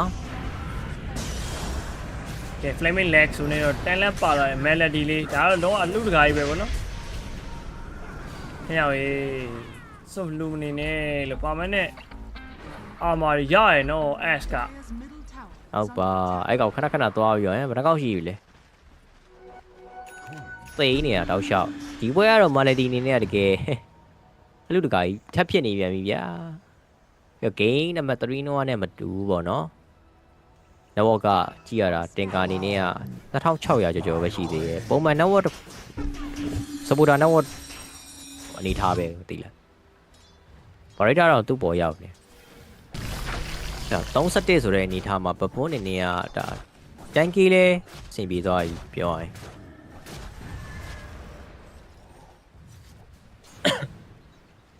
လာမင်းအောင်ရဲ့ handicap 3.5 လေးကဟိုအားမလား GG ဘက်ကယူထားတာမလားအဲ့ဒါဆိုလို့ရှိရင်တော့တော်တော်အနေများသွားပြီခုနေထား GG က3កောင်ပဲရသေးတယ်ဘဘိုးက17កောင်ဖြစ်သွားပြီပေါ့နော်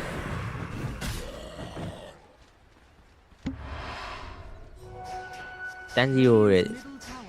but 0 is us ပုံမှန်လေးပါပဲပုံမှန်လေးပဲလား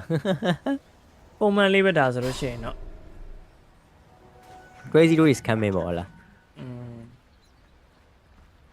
ပေးနောက်တော့ဝဲပေါ့ extra fan နေနော်73ပွဲနိုင်နိုင်လား73ပွဲနိုင်နိုင်ဟုတ်တယ်နော်အစကတော်ဖန်နေတယ်ဆိုတော့အဲ့6500 network ကခုနကလည်းအောက်မှာဒီ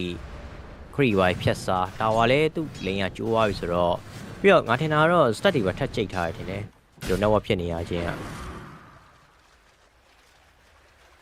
ဒီပေါ့ခရီးစားတာ125កောင်ကွာ73မိနစ်မှာ125កောင်ဒီလိုကြီးက2កောင်ရထားတယ်တခါမှမသေးသေးဘူး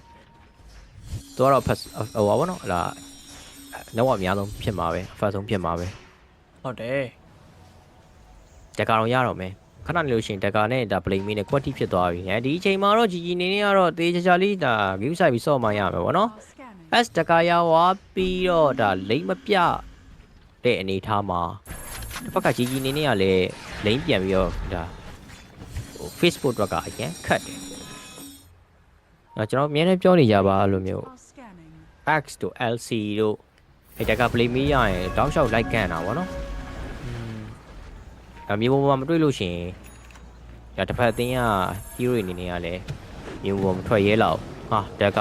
Brighter တက်တာ Rainer ကျော် Melody ထပ်ပြီးတော့မှောက်မလားမသိဘူးရောက်အေးထွန်းမှကျော် GPK ပတ်တော့ပြင်းနေတော့မယ်ကျော် pure right နဲ့ Melody ကိုထပ်ရပြီဗျ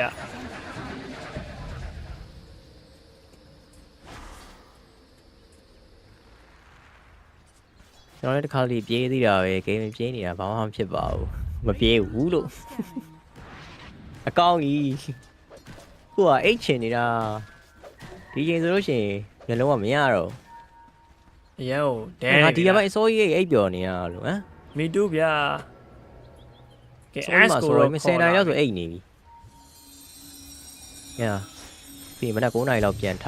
အဲ့လိုပုံစံမျိုးဖြစ်နေတာအေးသေးပြီတက်ကဘတ်စကကောနေတော့ GOP နောက် boundless right stand all bas ကကောနောက်မှာပေါ်လွှဲလိုက်လာတဲ့စပယ်တွေရမ်းများသွားတယ်ဗောနော်ကိုင်းနေနေတော့ကန်ဆိုးစုမောင်ရှင်ဖြစ်သွားတာပဲဗျဟုတ်ပါကွက်တီရဲ့အလဲမှာတော့ပြတဲ့အချိန်နဲ့ကွက်တီဖြစ်သွားတာပုံမှန်နဲ့တက်ကလည်းဆိုတော့နောက်တော့ပြန် Ace okay swap နဲ့တော့ပြန်ပြေးရဆိုရင်လည်းနောက် boundless right GBK 2မယ်ကြာမှာ boss ဒီဝါမနော် Colin Blake နဲ့ Melody Mero နေနေတော့ကျွန်တော် mega kill double kill tofu flame break ရုံနဲ့ပြန်ရောက်လာပြီဆိုတဲ့နေရာတစ်ခုမှာတော့ Mero ဘာလို့ရအောင်မလဲအော်ရ blame နဲ့ခံနေရအောင်အေးဘလန်ကို triple kill for Mero ကျွန်တော် unstoppable ဒီပါရရှိလာရင်လည်းပဲပူးနေပြီဟုတ်လားပူးနေပြီပြီးတော့ဒီလိုချင်းကသွားချဖို့ကအနည်းအများဆုံးချိန်ဖြစ်နေရသေးတယ် okay တကောင်တော့ရတယ် queen အိုးထုံးထည့်လိုက်ပြီအာရဝင်လာရဟာဟုတ်ပါမလားဘယ်လိုတင်နော် Queen နောက်မှာ Inferno Blade ပြန်ခောက်ပြီးထားလိုက်နေပဲနောက်မှာ Dream ကွာကျွန်တော်ချိန်ပေးလိုက်ထားသေးတယ်ဗျာအဲ့တော့ Enforce နဲ့တော့ကျွန်တော် save ကိုပြန်ပြီး save ထားလိုက်နေပဲဟုတ်ပါပြန်ပြောင်းဟမ်အေးတူပူများနေပဲဟဲ့လားတယောက်ကဲလိုက်ရင်းနဲ့ဟာရတူပူရေဘာဝင်လို့ညာတော့ ဒီကောင်နဲ့ဆိုလိုတော့တက်နေတာကိုလေးကဟာဂလိုဘယ်ပါပေးလိုက်ပြီဟုတ်ပါ ဘာလို့ဆက်ရအောင် အိုးဘာစကကိုကောင်းဝိုင်းတော့ swap နေတော့ save boundless strike ကွင်းတန်းပြတ်သွားတဲ့နောက်မှာတော့ကျွန်တော် Maggie King မှာထပ်ပြီးတော့ပဲ short ဝလာရင်းနေအိုးလေးက1 for 4 trade basket ကို again pure regular damage တွေဂျိုင်းမှာ melody ကောင်းခေါင်းခွဲဖို့အတွက် mana မရှိနေဘူးဆိုပေမဲ့လည်းရိုးတန်းခုတ်သက်သိတယ်ပေါ့နော်ဘတ်ဘွန်ကျွန်တော် gaming gladiator ဘက်ကကျွန်တော် 5-man team wide ထိပါရရှိသွားလာရင်းနဲ့ပဲကျွန်တော် network အနေထားရလဲပြောရမယ်ဆို 5k အထိပါ leak ဖြစ်သွားပြီဗျsecond minute 5k ရပဒနာရောစတက်လာပြီပြောရင်ဒီတိုင်မင်းကအရန်ရောအနေများပြီးသတိထားမဲ့ချိန်လို့ပြောခဲ့ပါတယ်ဒါပေမဲ့လည်းကြီးနေနေကလုံးဝဒီပြောရမယ်ဘတ်ဘွန်ရဲ့aggressive ဖြစ်ချက်တွေကိုလုံးဝခံစားနိုင်ဘူးပြင်နေပေါ့နော်ဟာထပ်ပြီးတော့မိပြဒီကောင်မိပြဒီကောင် X ဖြစ်နေရဗျ Inferno Blade နဲ့ Mirror Monster K3 and သွားပြီအဲ့ဒီကောင်လည်းကျွန်တော်ကွင်းဖြစ်နေရပါတော့ကောင်းတော်သေးတာလည်းမစိုးကျွန်တော်10 round ပြန်ဖြစ်သွားပြီဗျပြန်တော့အန်ထွက်လာသေးတယ်ဒီကတော့ X နေနေရလဲအဲ့လိုမျိုးတယောက်တည်းတော့ right ဆိုင်လို့မဖြစ်ဘူးသူနောက်ကနေလူခေါ်မရမယ်ပေါ့နော် S pass က call အတွင်းမှာပြတ်တာတော့ပြတ်တယ်ဆိုတာမှန်ပြီပဲဟိုဘက်ကအုပ်လိုက်ကြီးပြီးတော့အဓိကကတော့နောက်ကနေပြီးတော့ French ပါနေတဲ့အတွက်ကြောင့်မလို့လဲသူ့ရဲ့ pass က call တွေကဒါကဲပေးနိုင်သေးတယ်ဆိုတော့အနေထားတစ်ခုရှိမယ်ကွာဒီလား risk တစ်ခုရှိမယ်ဆိုတော့အဲ့လိုမျိုးနေဟိုပါဘောနော်အချိန်မျိုးမှာကနောက်ကနေမှာ global ဒါမှမဟုတ်လို့ရှိရင်လည်းဒါ barrier လက်ဆိုဒီပိုင်းနဲ့နောက်ထပ်တစ်ခေါက် counter initiation ပြန်လုပ်အဲ့လိုမျိုးသွားမှာအစကတယောက်တည်းတော့ဆော့လို့မရဘူးရေorange လုပ်လို့မရဘူးပေါ့နော်ပြောချင်တာကတော့ Van Shake Career သေနေတယ်လို့10မိနစ်ခွဲကြီးအောင်ကြီးအပြာချောင်းတိုင်မင်းကြီးက10မိနစ်ခွဲထပ်ပြီးနောက်ကျပြန်ပြီသွားပြီဖြစ်သွားပြီနေကောင်းသွားပြီတိလားဟုတ်တယ်ဒီချိန်မှာလိုက်ချတဲ့အချိန်ဖြစ်နေပြီပါတိလားလိုက်ချဖို့အတွက်ကြောက်လဲ Van Shake ပြာချောင်းပြီးမှချလို့ရမှာရှေ့ကနေမှဟိုပေါ့နော် front line လုပ်ပြီးမှဟိုကနေစပဲထုတ်ရတာစင်ပြေမှာဒုံးနေပါတယ်ဆိုလို့ရှိရင်အဲ့လိုမှလုံးဝခြေသွန်းနေသွားပြီးရော့အင်းဒုံးထည့်တယ်ဟာဆိုပြီးတော့လုပ်လို့မရဘူးကွာနောက်ကကတိုးလေးဒုံးထည့်မှရမယ်အနေထားโอเคအော်ဘတ်စကကောပြေးပြီးခေါ်ပေးထားသေးတယ်ဆိုရင်ရတစ်ခုမှတော့ခေါင်းမတဲခွဲမတိုးဘူးခေါင်းကွဲသွားစက္ကန့်30ထပ်ပြီးချရင်ချလို့ရတဲ့အနေထားပေါ့နော်ဒီကကျွန်တော် main game မှာ BK ပါနေတဲ့အတွက်ကြောင့်မလို့တော့ဟိုမှာကျွန်တော်ဟို comment rate boundless right mana 0ဖြစ်သွားတဲ့ကျွန်တော်တင်ကာအနေနဲ့ကတော့အေးမလွတ်ဘူးရအောင်အေးဒီဘက်မှာလည်း ghost stone နဲ့တော့ backline မှာ ace လို့ silence တို့တာ flaming nexo park နေနေတော့ talently ပါလာလာရင်းနဲ့ပဲ column play နဲ့ပြတ်သွားဒီဘက်မှာလည်း swap နေတော့ ace အသေးသေးကျူးသားရုံးကန်နေပြီဒါပေမဲ့လည်းဘလို့ဟုတ်ပြီတော့ 5-man team white ကျွန်တော်လက်ထဲနေမလို့ဘူးပေါ့နော် 5-man team white again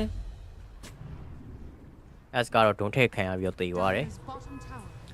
အဲ့တော့1 for 5 trade တန်တယ်လေးမင်း trade ရတာကြီးကပြော trade တာပေါ့ဟိုဘက်ကောင်ဒီကတော့ဘဘုံကပြော trade တာပေါ့နော်ရ snowball နဲ့တောက်လျှောက်လောက်ခံနေရပြီဒီအချိန်နေဒီအနေထားကိုပဲစိတ်ပူရဲလို့ပြောချင်တာပေါ့နော်ကြီးနေနေကဒါပေမဲ့လုံးဝရုံးမထွက်နိုင်အောင်ဖြစ်နေတယ်ဟိုဘက်ကလည်းတီးတီးရက်နေပေါ့လေခံပြီးတော့ဆော့နေရပါပဲဟုတ်ပါဘာများရနိုင်မလဲဆိုပြီးတော့ဒါ counter initiation လာခြင်းနဲ့ဆိုပြီးမဲ့လေ global silence ရှိနေရဆိုတဲ့ဟာမှာတန်ရောင်းလုပ်လို့မရပြန်ဘူးသူတို့နေနေအခုပြီးတော့ခုန Vash အပြာချောင်း career ထဲမှာပါသွားတာကဲနော် Vash အပြာချောင်းရမယ်ဆိုရှင်တော့ maybe ညာနေပပလို့ထမ်းရောင်းလုပ်လို့ရတော့ရကောင်းရနိုင်တယ်ကွာဟိုကတိတာဝိုင်း agency ကထပ်ပြီးပေးရမိနစ်20မှာတော့ 8k ဖြစ်သွားပြီဘဘော game number 4မှာတော့ဒါ champion title ကိုရရှိဖို့တော့အသေးအံကြိုးစားနေပြီဗောနော်ဟုတ်တယ်ဗျာနော် champion title ထိုက်တိုင်ကြောင်းတက်ပြီးပြနေပြီဟ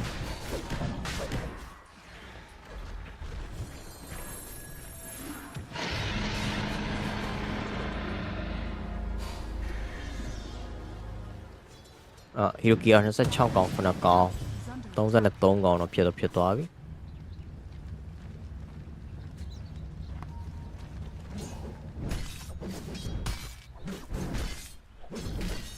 တော့ကတူတစ်ချစ်ဒီကရောက်တော့မယ်ထိတ်ဆုံးမှာ12000 live ရှိမယ်ပြီးရင် arc ရှိမယ် main game ရှိမယ်ပြီးတော့မှ dawn တို့ back to flash တို့လာတာဟုတ်တယ် dawn ဆိုတဲ့ hero တော့မှတတိယနေရာမှာပဲရှိနေသေးရဆိုတော့တော်တော်ပျက်စီးနေတာပါကြီးအနေနဲ့က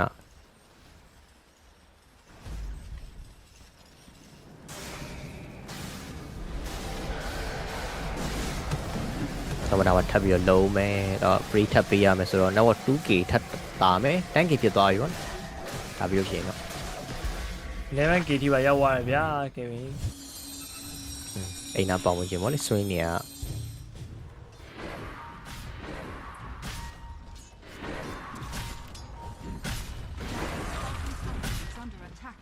အခြားရေးပဲတလိုက်လာတော့မှာ break မပါတော့ဘူးပူပါအကောင်ကြီးဒီလိုချိန်မှာ AC ပဲအဲ့နိုင်ရမြင်နေရတယ်တကယ်ရင် cost တော့မင်းရဖင်းရပေါ်လို့ဟုတ်ပါကဲ save ပြင်းဝင်သွားပြန်ပြီခမလည်းကျွန်တော် RS ပါစကောနေတော့ဟောနေ swap နေတော့ပြန် save တဲ့ boundless strike ပြူပြင်းတော့ပြီးသားဒီ ace tail rise ဖက်မှာလည်းကျွန်တော် ace ကိုပြန်ပြီးတော့ global silence ကျွန်တော်နိုင်ကိန်းနေရတော့ don't take ခံလိုက်ရဆိုပေမဲ့လည်း glimmer gate နဲ့ပြန် save တဲ့ dream point 2 man ဂျာမကတ်တော့ပြန်ပြတ်သွားပြီ last 3 off နေတော့ Mero တကောင် BKU က force side 9 line တော့ကျွန်တော်ကြံနေခဲ့တဲ့ live stealer agent တော့ပြန်ကျသွားပြီဗောနော် ratio 4 second ရှိနေသေးဗျကဲ rage TP မရှိဘူးတော့ကတော့တုံးတာဆိုတော့ rage TP ထောက်ပြီးတော့လွတ်မြောက်သွားပြီ ACC ပဲဟဲ့ဟေးဟာအဲ့ဒါ show ရအောင်ရက်ဆက်တာဗော那不过也，我里头抽了这个，别死呢。X နေရာလဲ BKB ပါလိုက်ဘောနော်လဲတုံးထားတယ်ဘောနော်တွေ့ရတာအဲ့တော့ BKB ကနှစ်ကောင် live စီလာမှာကျတော့ ray ရှိတယ်အဲ့တော့ဟိုဘက်မှာ BKB control ဆိုလို့ပါမလဲ swag ကဒီ dawn ရယ်ဘောနော်နှစ်ခုရှိမယ်fans က swag ရှိလို့ရှိရင်တော့ rage TV ထောက်လို့မရဘူးပေါ့လေထိုနည်း၎င်း BKB TV ထောက်လို့မရဘူးပေါ့နော်အဲ့တော့ကကျတော့ swap က3ပြီးွားပြီဆိုတော့ကောင် AC TV ထောက်သွားတာနှစ်မျိုးတော့ကောင်းတယ်ဗျကဲ winning rate နဲ့တော့ park နဲ့ daisy သွားကြည့်နေပဲဟောလဲ play main နဲ့မလွယ်ဘူးနော်ဒီထောက်တာတော့ဘူးဘာမှမရှိတော့နောက်မှာကျွန်တော် 2vs1 ခွဲခံလိုက်ရပါပြီ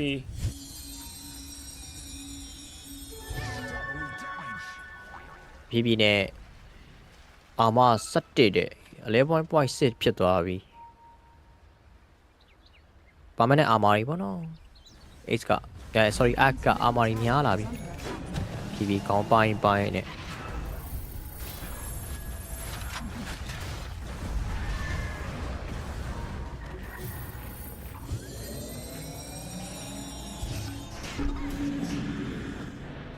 ပထမ ages တက်ကိုတော့ချက်ချင်းကောက်ချက်ချင်းကျတယ်လို့တော့ဖြစ်သွားတယ်ကွာအရင်က pressure ပေးလို့တော့မရသေးဘူးအခုချိန်မှာဘက်ကလည်းရသလောက်ကာနေသေးတယ်ကာနေပြီးတော့သူတို့ရဲ့ဒီ area အနေချင်းပေါ့နော်ပြောမှဆိုလို့ရှိရင်80-20လောက်က map control ခွဲဝေတဲ့အပိုင်းမှာတော့အဲ့လိုမျိုးဒီက 20% လောက်တော့ fan လို့ရနေသေးတယ်ပြောရမယ်ဒီဘက်ကရှိနေတဲ့ gram နှစ်ခုရယ်ပြီး triangle ပြီးတော့သူတို့စီကိုရောက်လာတဲ့ free wave တွေပေါ့နော်အဲ့လောက်လေးတော့ fan လို့ရနေသေးတယ်အခုချိန်မှာတော့တဖြည်းဖြည်းနဲ့တော့ဒါ map ကို control လာဖို့တော့ရှိမယ်ထင်တယ်ဘတ်ပွန်အောက်မှာကွင်းပြမယ်ဆိုလို့ရှိရင်သေပြီနော်သွားပြီထင်တယ်ကဲတက်က basket တော့မကွင်းပလင်းဖုံဝင်းရောက်သွားဆိုရင်ရတစ်ခုမှာတော့ကျွန်တော်လွတ်မြောက်သွားသေးတယ်မလီကလာကရိုက်နေရဟဲ့အောင်ဟုတ်ပါကန်ကောင်းနေကျစင်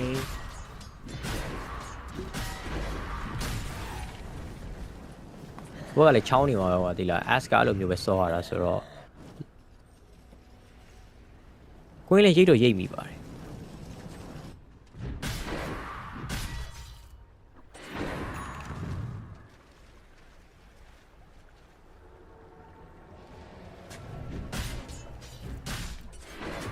ပြန်အောင်ပြီးသွားပြီโอเคနောက်ဝက်ကြာအောင်လည်းပြီးကြပြီကျွန်တော်ပြူပါပြချောင်းပြအောင်နှစ်ချောင်းတော့ဝက်ကor ace ကတော့ပြကြတယ်ဘက်ကပြိုးကပြကြပြအောင်နှစ်ချောင်းနေပါနော်sorry ချောင်းချင်းစီပေါ့လေနှစ်ချောင်း ချောင်းကြီးစီပေါ့ချောင်းကြီးစီဆိုတော့နှစ်ချောင်းမနက်တိုင်းတော့ why ဘာလို့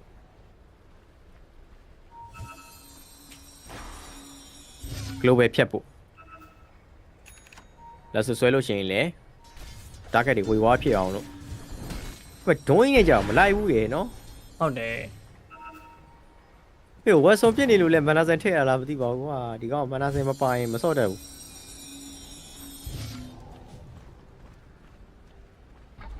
မန်နာဆန် enjoy ရဖြစ်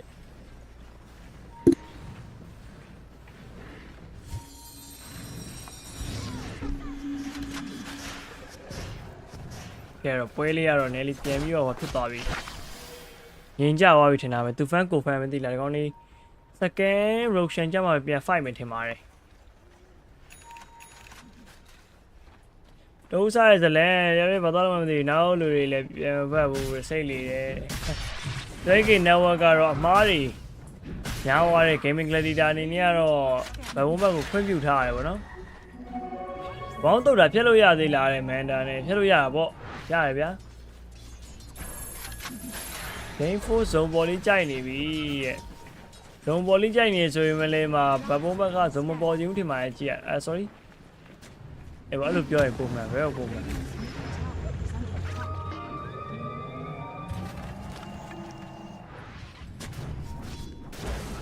ပြန်တော့ငြိမ်သွားပြီရိုရှန်ပဲစောင့်နေရလားမသိပါဘူးဒီပွဲရပြီးဘဘုံကလည်းဒီပွဲပြီးလို့ရှိရင်ချန်ပီယံဖြစ်တော့မှာဆိုတော့တို့အေးစစ်စစ်ပဲဘောတော့တာနေဟာ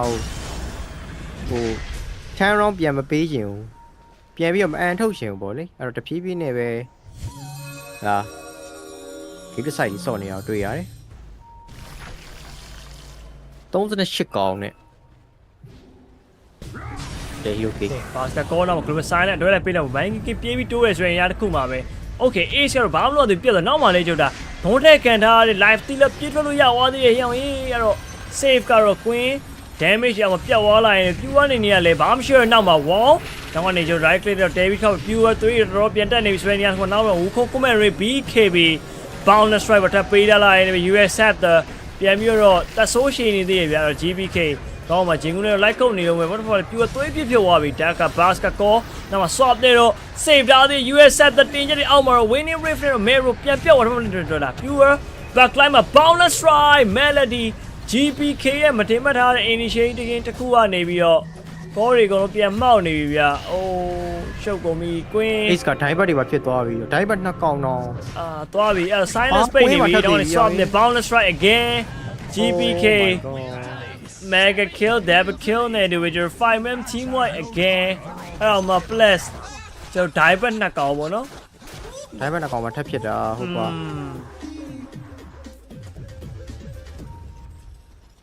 ကြီးပြန်လာပေးလို့ရသေးလားကြီးပြန်လာပေးလို့မရတော့ဘူးလို့ပြန်လာပါလို့ပြောနေမယ်လေဒီတခါတော့မလွယ်တော့ဘူးမရတော့ခုနက fight မဖြစ်ခင်ကတော့မှ maybe ဖြစ်ကောင်းဖြစ်နိုင်တယ်ဆိုပေမဲ့ဒီ fight ဖြစ်ပြီးတဲ့နောက်ပိုင်းမှာတော့တော်တော်လေးကိုပြတ်သွားပြီကွာနောက်ဆိုလို့ရှိရင်1000နီးပါးလောက်ပြတ်နေပြီကြီးကိုပြန်လာစေချင်ပေမဲ့လေကြီးကိုနိုင်ကိုကပြန်မလာနိုင်တော့ဘူးကွာချင်းသွားတာတော်တော်လှတယ်ရောင်းအကုန်လုံးဟုတ်တယ်ပျောက်ချင်းစီ control လုပ်သွားတာကြီးကကျွတ်စိန်ဟို fight တန်မာတဲ့ champion ဆုနေရပါတော့ဟုတ်တယ်လောက်ဆိုတော့ထောက်တယ်ပါသေးလားဘဘုံငါတို့ကစောက်ဖောင်းထူနေပြီမဲ့လေဘဘုံကောင်းရင်တော့ကောင်းတယ်ပြောရမှာပဲနော်သက်သေပြနေပြီဟုတ်တယ်ကောင်းရင်တော့ကောင်းတယ်ချီးကျူးရမှာပဲ S ကတဲ့ fan ရဲအောင်နိုင်ရင်ရဲအောင်ညာတယ်နေပါပေးနေပြီဗောနော်ဟုတ်ပါ S က PL ကိုနိုင်ချက်ပဲကြတယ်ကိုကြီးပြန်လာခြင်းနဲ့အိမ်ပဲပြန်ဖို့ရတော့မယ်ဟုတ်တယ်ကဲ boundless strike ကျွန်တော် open wall နဲ့ melody 2 versus 1 situation မှာရတော့သူဘာဖြစ်နေအော် basket call ကျွန်တော်ခေါင်းခွဲတော့လူတော်လုံမတော့ဘူးเนาะကျွန်တော်ပြူပါပဲကြိုက်တက်ထားပါတယ်ရာဇိန်ဆက်လိုက်တော့ကျွန်တော်ကတော့ခဏလေးရပြန်เนาะဟာကြီးကို35ကောင်ဟန်ဒီပေးလို့ထည့်ပြစ်တယ်ကြီးအဲ့လောက်ကြီးကြရတယ်35ကောင်ဟန်ဒီဆိုတာဘယ်လိုမျိုးလဲဟိုဘက်က35ကောင်ကြော်သွားပြီနော်ကြီးကတပွဲမှမရှုံးပဲ final ကြမှာရှုံးပြီနေ final ကုန်းလေးလေပုံမှန်ပဲ bro ခင်ဗျနဲ့ជីជីကို fresh နေရာမှာဘဘုံကပြန်တိုက်ချင်တိုက်လို့ရတယ်နော်မင်းတို့လည်းတူတူပါပဲကွာဆိုတဲ့ပုံစံမျိုး ဟုတ်တယ်ဟုတ်တယ်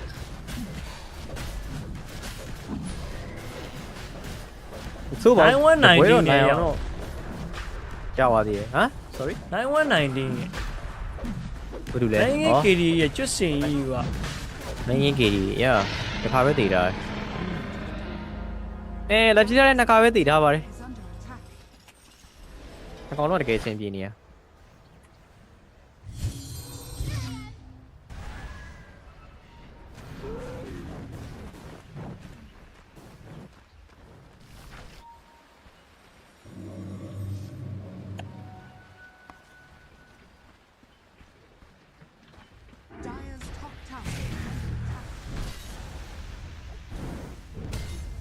ဟုတ်ထားတယ်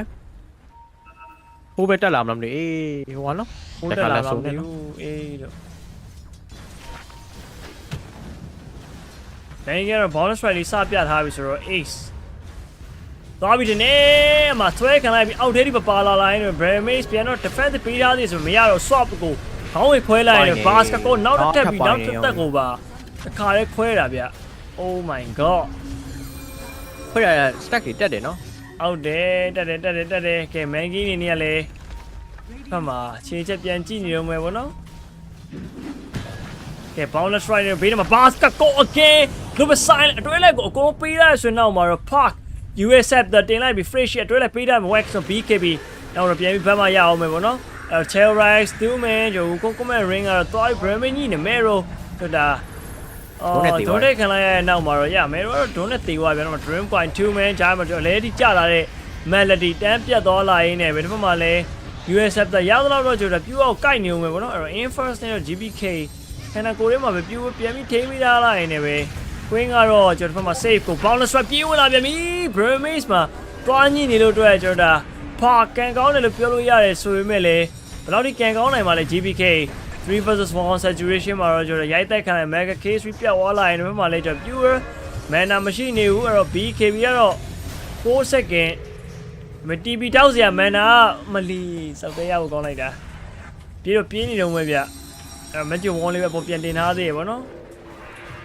နောက်ကလည်းအုပ်လက်ကြီးလိုက်လာတာ USF the again magic missile okay HTV ရမလား inverse လေးနဲ့တော့ကျွန်တော်နည်းလေးအချိန်လေးဆွဲဝင်ပါတော့ပြင်တော့ rage TP သွားဘူးမတော့အခုကဘလို့ TV ရတော့မှာတော့ arcane cost 3က ကာတိုမီတက်သေးပြီထင်တယ် ကာတိုမီလာပြီးတော့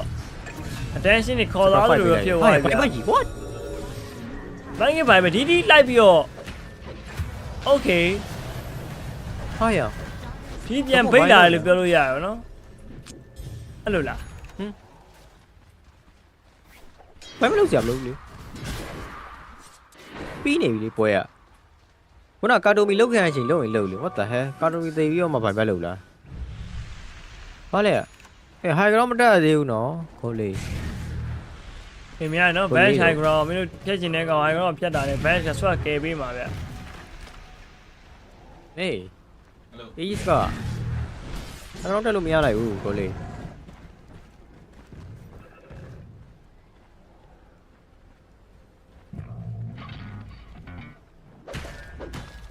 မဟုတ်သေးဘူးနော်မဟုတ်သေးဘူးနော်ဘဘကမနိုင်ရင်ဦးတင်တယ်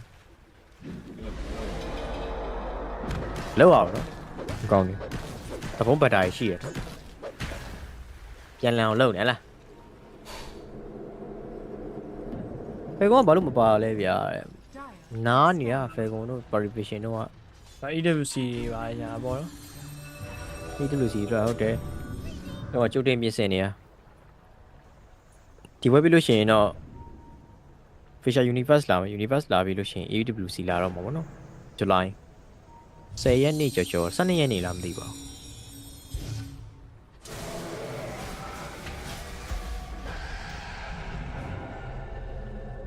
sorry မဟုတ် July 8ရက်နေ့လားမသိဘူးနော်အဲ့လောက်ပေါင်းကြည့်မယ်ဒီကြောင်ချက်သွားကြည့်ပဲ AWC ကဘယ်တော့လဲဆိုတော့ EWC ဘယ်ကောမဆော့လို့မပါဗျာအေးဒါလည်းကောင်းတာရှေ့ရနေကြလို့ရှိရင် EWC လာပြီ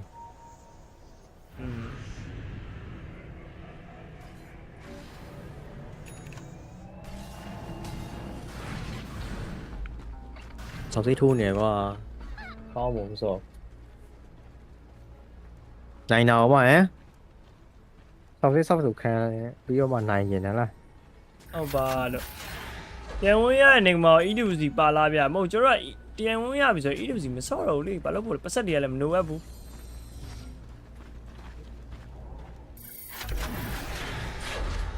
တာဘောက် VP ကိုပေးတာ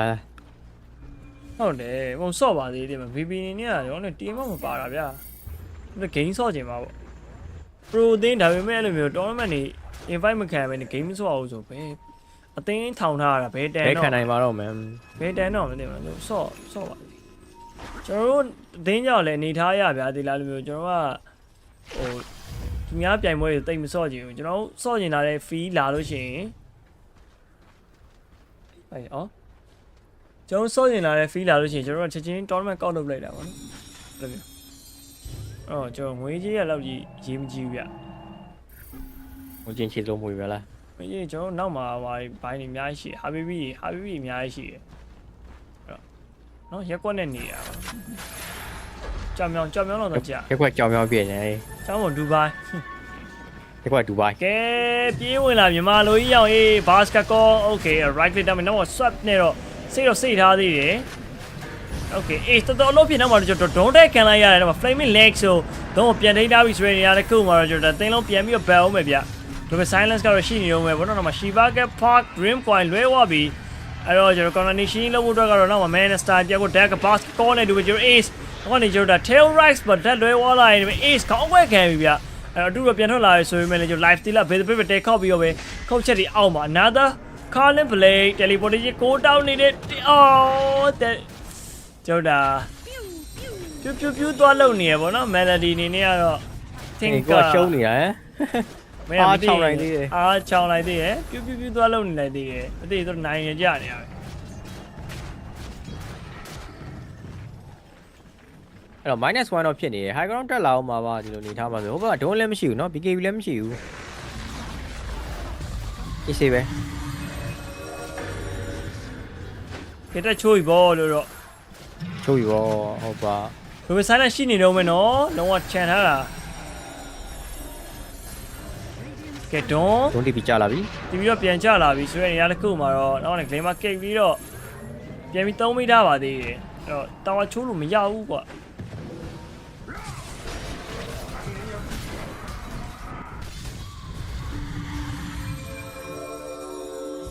အားရရှာနေဟိုကောင်ကအေးဘာရိုက်တာမှာပြာကြောင်းနေနော်အားရတော့ဆိုးရလိမ့်မယ်လက်ဆိုနှစ်ကောင်ပါလာမှာဒီပြန်လာနိုင်လားတားပေါက်တို့တဲ့မလာနိုင်တော့ဘူးမလာနိုင်တော့သူပြန်လာမယ်လို့ထင်နေတာလား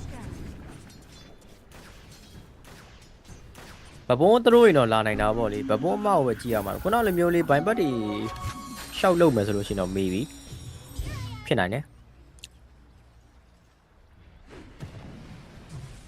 အဲရူရှန်ဘန်နာကြီးထားခဲ့အော်မဟုတ်ဘူးက black granite sorry ဘန်နာလိုပါလို့နဲ့ what the heck ဟောလာပေးပါsmoke တွေတော့တောက်ချောက်ကန်လာရအောင် smoke ထားတယ်ဟုတ်ပါဒီခေါက်ကတော့လက်ဆိုပြာရောက်နေခုနပြောသလိုမျိုးပဲနှစ်ကောင်ပါလာမှလို့ဒီဆိုင်နဲ့ဆော့မှာရလိမ့်မယ်ပေါ်လန့်ကိုဒိုးရတယ်ဟိုမှာကွင်းနဲ့တွေ့မှာကွင်းအနေနဲ့ကတော့ဒါလက်ထဲမှာတော့ရှိနေသေးတယ်ကန်ကောင်းနေရောက်ကန်ကောင်းနေအပေါ်အောက်ကြီး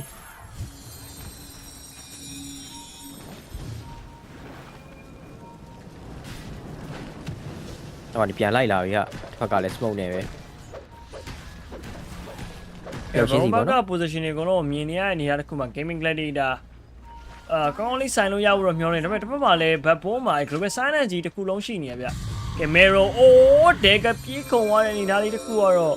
တော်ရမိုက်ဝါးလို့ပြောလို့ရတယ်ကွင်းရတဲ့ dagger ခုံအဝင် mero နဲ့ dagger ခုံအထွက်ပေါ့နော် 40 လေးပဲဗျ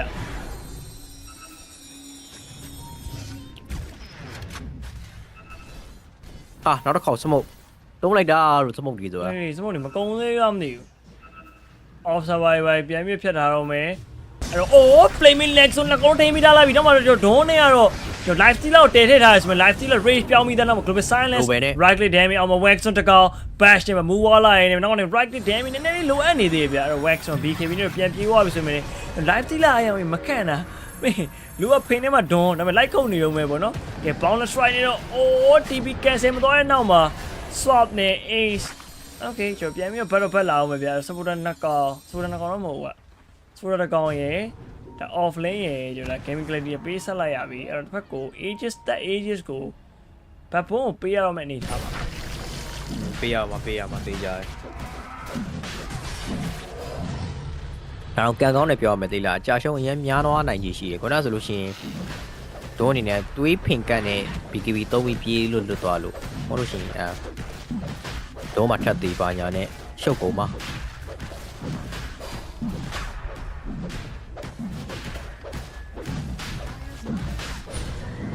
တော့ဒါပဒခုမြောက်လေ3ခုမြောက်လို့ရှင်ရမယ်ဗောလေ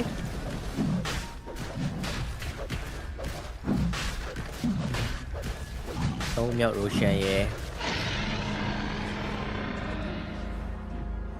refresher shot ကဲနော်ဟုတ်တယ် cheese ကဲ banner ရယ် refresher ဆိုလို့ရှိရင်တော့ကာတိုမီတော့ကတော့ share ပဲ global sun နဲ့နှစ်ခါနောက်လေ flaming leg ဆိုနှစ်ခုဆိုလဲ okay ရပါပဲနော်ကျွန်တော်ကြိုက်တာသွားပေါ့လေဒီကောင်ဘယ်ကောင်ပေးမလဲမသိဘူး ဘုံ comment နှစ်ခုဆိုလဲ okay တာပါပဲအဲ့ကြိုက်တာလို့ရတယ်ကားနဲ့ဘုံ comment နှစ်ခုနဲ့high ground တက်လို့ရပါညာသိရမလား sub dot ရှိမှာဗောလေ sub ကိုတော့သတိထား S ကတော့တော်မှာ refresher off ပါနေမလို့တော့ don't apply mute ခေါ်မှာ 25 don't additional ဘုံ comment မင်းကြီးဒီမှာရှိတယ်ဗောနော်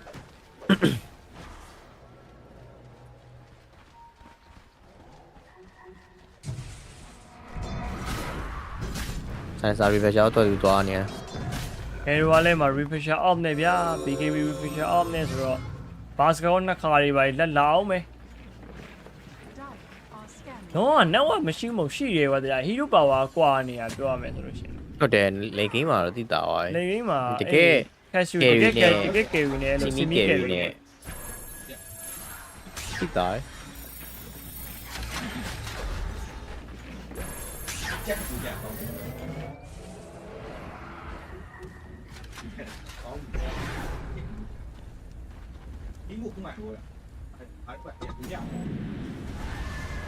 ကဲတော့ flash မှာလည်း mana sniper ညပြန်ရဒီကောင်တော်တော်ဟိုဖြစ်သွားပြီဟိုတင်ကာအောက်တောင်ရောက်နေပြီတော့က flash off lane နော်ဒါတော့ကွာပြက်နေရတော့သူဆွတ်ပြီးကယ်နေရတာဟိုကမင်း sacrifice ရကြပဲကြာတယ်သိလားသူ့ဘက်ကောင်နေဆွတ်ပြီးတော့မှမိနေကြ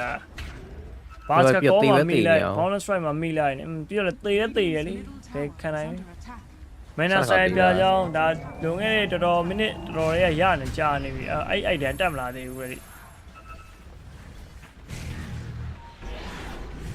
ကဲ high ground defense တော့ဆက်လက်ပြီးတော့ကျွန်တော်ဒါကောင်းမယ်ဗောနော် gaming gladiator အနေနဲ့ဒီဘက်မှာတော့ ages 2မိနစ်40 second လဲမလို့လာတော့စူးစူးလုံးနေဗျ agent နဲ့ဆိုတော့တက်မှာပဲ smoke ဒီပိုင်းနဲ့ထပ်ပြီးသွားမလားမသိဘူး brighter လက်ဆိုးနဲ့ပေါ့နော်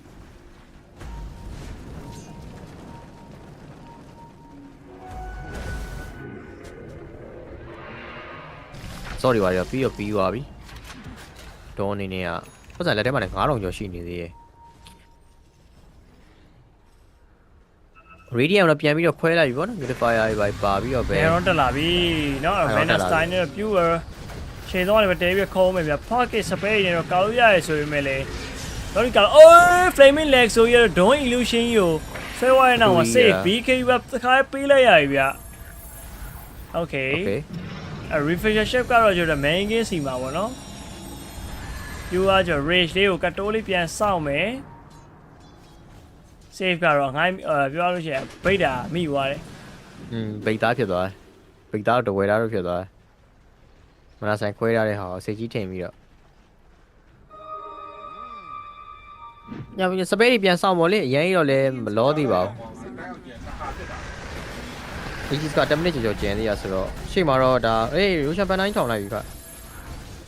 အော်လည်းမင်းနိုင်ဖြတ်အောင်လိုက်ပြီဟုတ်တယ်အဲ့တော့ pure အနေနဲ့လည်းလုံးဝ mini rice ကိုပဲတဲပြီးချိုးနေသေးတယ်တော့မှ swap နေတော့ဒီပဲ Inferno Blade Silence ပိတ်ခံလိုက်ရတယ်ကျွန်တော် live stream တစ်ချက်ချင်းတန်းပြီးတော့ပဲတက် down သွားပြီနောက်တစ်သက်တော့ ready ဖြစ်ပါမလား Manky ဝူခုံ commentary Asia range မှာ bounce strike ကတ်တိုးလိုက်တော့ဟာရ what အော်တော့လိုချင်ရ mini rice ပဲဗောနော်အေး mini rice ကိုစောက်တဲ့ယူပြီးတော့ပြန်တော့ဒိုးသွားပြီဗျအဲ Manky မှာ BKB ရှိသေးတယ် refresh ရှိသေးတယ်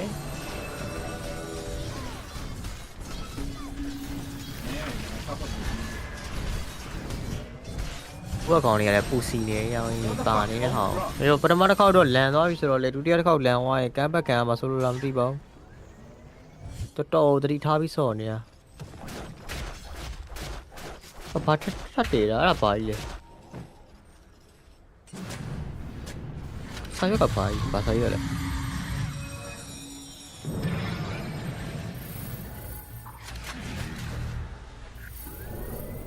ကဲကွင်းလဲမကွင်းနိုင်တော့ဘူးထင်နေကြည့်ရတာငါဘေးမှာလုံးလို့မရဘူးနာမည်နဲ့လိုက်ပြီးတော့ဟိုဟာနဲ့ချန်ပီယံနဲ့ကွင်းနေရလားမသိဘူးအော်နာမည်ကွင်းကရေးကြည့်တယ်ဟုတ်တယ်နာမည်စီးနေတာထင်တယ် Lingus Spear watch for the first time on this hero မှန်မယ်တော့တင်နေဗောနော်မင်းကလင်းကမတော့ကြဘူးလား what အေးinvisible ruin နဲ့နော်ကဲကွင်းတော့မိသွားပြီဆိုရင် basketball play မင်းနဲ့ဒီပဲနောက်တော့ BK refresh out နောက်ကနေကျ swap နေတော့ S ကို K ပြီးလိုက်ပြန်တော့လေ fear tail rise နဲ့တော့ backline ကိုပြန်ပို့လိုက်ပြီဆိုရင်နောက်မှာဗတေကတော့ကျ space ပြန်တော့ trade ထားသေးတယ်ဒီရရှက်က save စီပါနော်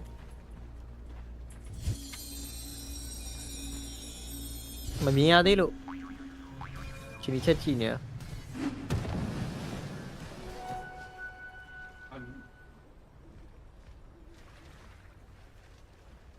ကွာငါလီးရဲပါပဲဘယ်ဟာသူတို့ရှိလို့ကာတဲ့ဟာ Okay 49မိနစ်50နီးပါ60ကြီးထပ်သွားမလားမသိဘူးကဲကျုံးနေတာတဲ့တန်အောင်ဆော့နေတန်အောင်ဆော့ကွာတန်အောင်ဆော့နေရနောက်ဆုံးပွဲဆိုတော့ဟုတ်တယ်ဗပွန်းနေရလုံးဝအမှားမလုပ်တော့ဘူးနော်သူတို့နောက်ဆုံးလက်တကမ်းမဲ့လို့တော့ဆိုတော့စိတ်ဆော့နေစိတ်ဆိုင်ယူနေပြီတော် save ဆော့နေတာအေး yes ဆက်တယ်ပြတကူရှိတာလေပြောပါဘူးကုန်းပိတ်ဘူးမရှိရတဲ့အတွက်ကြောင့်မလို့နေသေးတာ van ကဆွတ်ထုတ်လို့ရတယ်ဆက်ထုတ်လို့ရတယ်ဟုတ်ကဲ့အရင်တော့ပြန်ဝင်လို့မရပါသေးလားအဲ့တော့ဘိုးကုန်းမဲ့ယူငါပေါ်လို့ပေးပြီးတိုက်ချိုးလို့လည်းမရအောင်အဲ့လိုရှိရပါတော့မှန်ပဲနောက်ပြောလိုက်ပါသေးတယ်ဆော့ခံရရင်တော့မလွယ်ဘူးလို့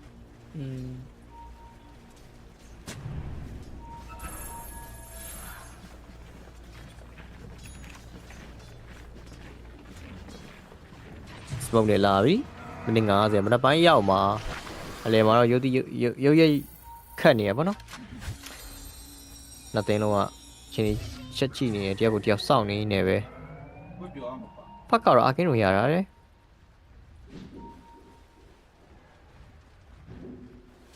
လိုရှန်ပဲထပ်စောင့်လိုက်ပါကွာနှစ်သိန်းကြည့်ရတာလေအေးတော့ဒီက van ကောတဲ့ van ကတော်တော်အောင်နောက်နေတာသမျှ target တိုင်းဘယ်ဘက်ကမပြတ်ဘူးဖြစ်နေပြီးတော့ van အတွက်လည်းဒီဖြတ်တဲ့အချိန်မှာ Robert Sign နဲ့ပေးမယ်ဆိုရင်တော့ van က mana sign ခွဲပြီးချင်းတိုင်း swap လို့ရရပါတော့ဒါပေမဲ့လည်းစိုးစံနေကြားနေရပြီအဲ့တော့ van ကြီးကိုပဲတဲဆွဲလိုက်တယ်ဆိုတော့ bounce strike 2ပဲ ace တော့ဘူးနှစ်ကောင်ချက်ချင်း instant တက်ပြတ်သွားလာရင်းနဲ့ပဲ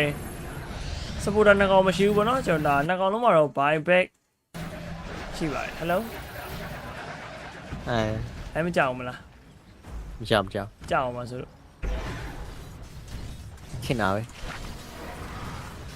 မကြောက်ရိုရှန်ပြန်ဆောက်အောင်မယ်ထင်တယ်မြန်ဆန်ထွက်ဖို့တော့မျှော်လင့်နေမလို့ရိုရှန်အခုခဏရည်နေရတွေကဒါဘာမဟုတ်ဘူးတကယ်အဆင့်မဟုတ်ဘူးဘာမှမညွှန်တော့ကြည့်ရတာ အဲ့ပြန်ပြီး fix ပေးတင်နေပြီလို့ spectator ကိုတော့သိရမလားတီးပြလေကွာတည်တယ်ကိုယ်တိုင်မှယူနေတဲ့တော့ကြည့်ရဆိုအလုံးမဟုတ် it's not working နိုင်နေခင်းနေဝရီဘယ်လောက်ဒီနေဝရီထက်ဖြတ်အောင်ပါလဲပေါ့နော်ကဲလိုက်ရှာနေပြန်ပြီ infers နဲ့မနက် fire ဘယ်မှာတိုက်ခောက်ပြီးမှတောင်း global silent တွဲလိုက်ပေးလိုက်ပြီဆိုရင်ကျပြေးပြီးတော့ park အိုးကဲ sub လိုက်တဲ့ target ကြီးကလွဲဝါးလာမသိဘူး what the fuck ဝင် just instant buy ပြီးတော့ပေးထားလိုက်တော့ဗာလေ boundless right နဲ့ gbk bkb our step တဲ့တော့ကျွန်တော်လေလေရောက်လာတဲ့ကျွန်တော် ace ဘယ်လိုတိတ်ခောက်ခံလိုက်ရအောင်နောက်ကနေ manky rightly damage ဒီအောက်မှာအသေးနဲ့ low let saw တမနောက်မှာပြေးပြီးမကောင်းနဲ့ခွဲပြီးလိုက် bkb basket goal တော့ dream point 2 man ဒါပေမဲ့လည်းကျွန်တော် infers နဲ့ flaming legs 2 man boundless right ဆိုရင်ရတဲ့ခုမှာလို့ stand နေလုံးဝထိန်းလို့မရတော့ဘူးဗျကျွန်တော် backbone အသင်းလုံးကတော့ကျွန်တော်ပြေးပြီး dive လာပြီး wax on not another basket ကောနေတူပဲကျွန်တော်ဘေးမှာတဲခုတ်နေကောပြူဖြစ်နေဆိုရင်ရတဲ့ခုမှာဆော့နေတော့ရရအောင်ကဲဆိုမလဲ GPK အဲ့ချိန်လေးတခုစောင့်နေဆိုရင်ရတဲ့ခုမှာတော့ right click wax on ပြန်ပြီးတော့ခုတ်နေတော့ပဲဒါ manky ကို man fight ဖို့အတွက်တော့ ready ဖြစ်မနေဘူး busy နောက်ကနေကျွန်တော် pure right click damage ဒီအောက်မှာတော့ okay ကျွန်တော်ပြန်တော့ပေးလိုက်ရပြီနော်နောက်ကောင်လုံးသွားမှုနေ in first manky ကိုရီးယားနေပဲကျွန်တော်ထွက်ထားလိုက်ရင် pure လွတ်ပါမလားဗောနော်ကျွန်တော် wax on နေနဲ့ Bible တွေတက်ပြေးထားလိုက်မယ်ခေါင်းမ cast wrong မိနေ pure အနေနဲ့ကတော့ကျွန်တော်stand သွားလိုက်ရင်လေးကောင်အထိပါဘက်ဘုံဘက်ကပြန်ပေးလိုက်ရတယ်တစ်ဖက်ကလည်းဘိုင်ဘက်တွေအကုန်ပေးထားရတယ်ဗျအကုန်ဘိုင်ဘက်ရောက်ရင်၄ရောက်တော့ဘိုင်ဘက်တာကြောက်စရာကြီးရူရှန်တော့သွားယူမှရတော့မယ်ဗောနော်အဲ့တော့ဘက်ဘုံအနေနဲ့ကလည်းရူရှန်ပေးမလားဒီချိန်မှာဒီမှာဘိုင်ဘက်လုပ်ပြီးတော့ပြန်ပြီးချမလားဆိုတော့သူတို့အနေနဲ့စဉ်းစားလိုက်ကြတော့ဒါပေးလိုက်မယ်ဗောနော်ရူရှန်ယူခဲ့သည့်တိုင်အောင် Aegis ကတကောင်နဲ့ပဲကောက်အောင်ပါကွာသိလားကျန်တဲ့ကောင်တွေကဘာမှမရှိဘူးအဲ့တော့ပတ်ကို Aegis ပေးလိုက် okay ပတ်ကတော့ထားလိုက်တော့ Aegis ရှင်းနေဆိုတော့တက်ရတာခက်တယ်ဒါပေမဲ့တခြားကျန်တဲ့၄ကောင်လောက်မှာပေါ့ကွာဒီဟုတ်တယ်နောက်ပဲကြလို့ရှိရင်တယောက်က -1 သွားပြီဆိုလို့ရှိရင်တိတာဟောကြီးဘာမှမရှိတော့ဘူးဒီဒိုးတော့ပေးနေတာတော့သိလားဟုတ်တယ်ဒိုးက body ပြပြီးဆော့ရတဲ့ကောင်ပတ်ကအငိမ့်လေးနောက်ကနေဆော့ရတဲ့ကောင်ထက်တော့တက်လာသေးရကော response time နေကြာတယ်ဗောနော်45တော့ရှိနေသေးတယ်။ဘာပဲတန်းရမလားမသိဘူး။တန်းလို့ရတယ်နော်။ဒါမှမဟုတ်2လမ်းဘက်ကဟုတ်လား။2လမ်းဘက်အများဆုံးတော့သူတို့2လမ်းပဲရမယ်။အဲ့ဆိုအောက်လမ်းမှာတာဝါမကျူးသေးဘူး။ဒီချိန်မှာဝယ်ထွက်ရင်တော့မတန်တော့ပေးရပြီ2လမ်းတော့2လမ်းပဲပေးလိုက်မယ်ပြီးကြမှာအနိုင်ပြန်ဆိုင်မယ်ဗောနော်နိုင်ပြန်ဆိုင်မယ်အဲ့လိုမျိုးလောက်ထားအကုန်လုံးတော့ပေးဆက်ထားရတယ်ဗောနော်တန်လားဆိုတော့အေးဗောဘတ်ပုံးနေရတော့ဘာမှမပေးရတာဖြစ်တဲ့အတွက်ကြောင့်မလို့တန်တော့တန်သေးပါတယ်လိမ့်2လိမ့်ကကြတော့ဒါပြန်ကားလို့ရတယ်ဗောဒီကဘယ်လိုပဲကြည့်အိုးကြီးကပြန်ပြီးတော့မှ win probability ပူများသွားရspicy တော့ဖြစ်လာပြီတော်လေးဆက်လာပြီဗောနော်ဟုတ်တယ်တော်လေးဆက်လာပြီ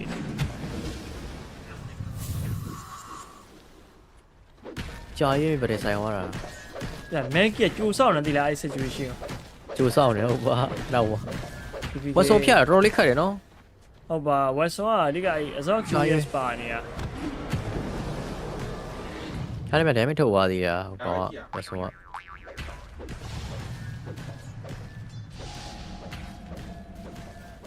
အပေါ်မှာတိုက်အပေါ်မှာဘယ်မှာလဲငါမတွေ့လိုက်ဒီကြည်ရင်ငါနဲ့ဖြတ်သွားတယ်ပဲဒီတော့တွဲကေ2လမ်းဟုတ်လားအလင်းမမကြိုးသေးဘူး right ဟော2လမ်းပေါ့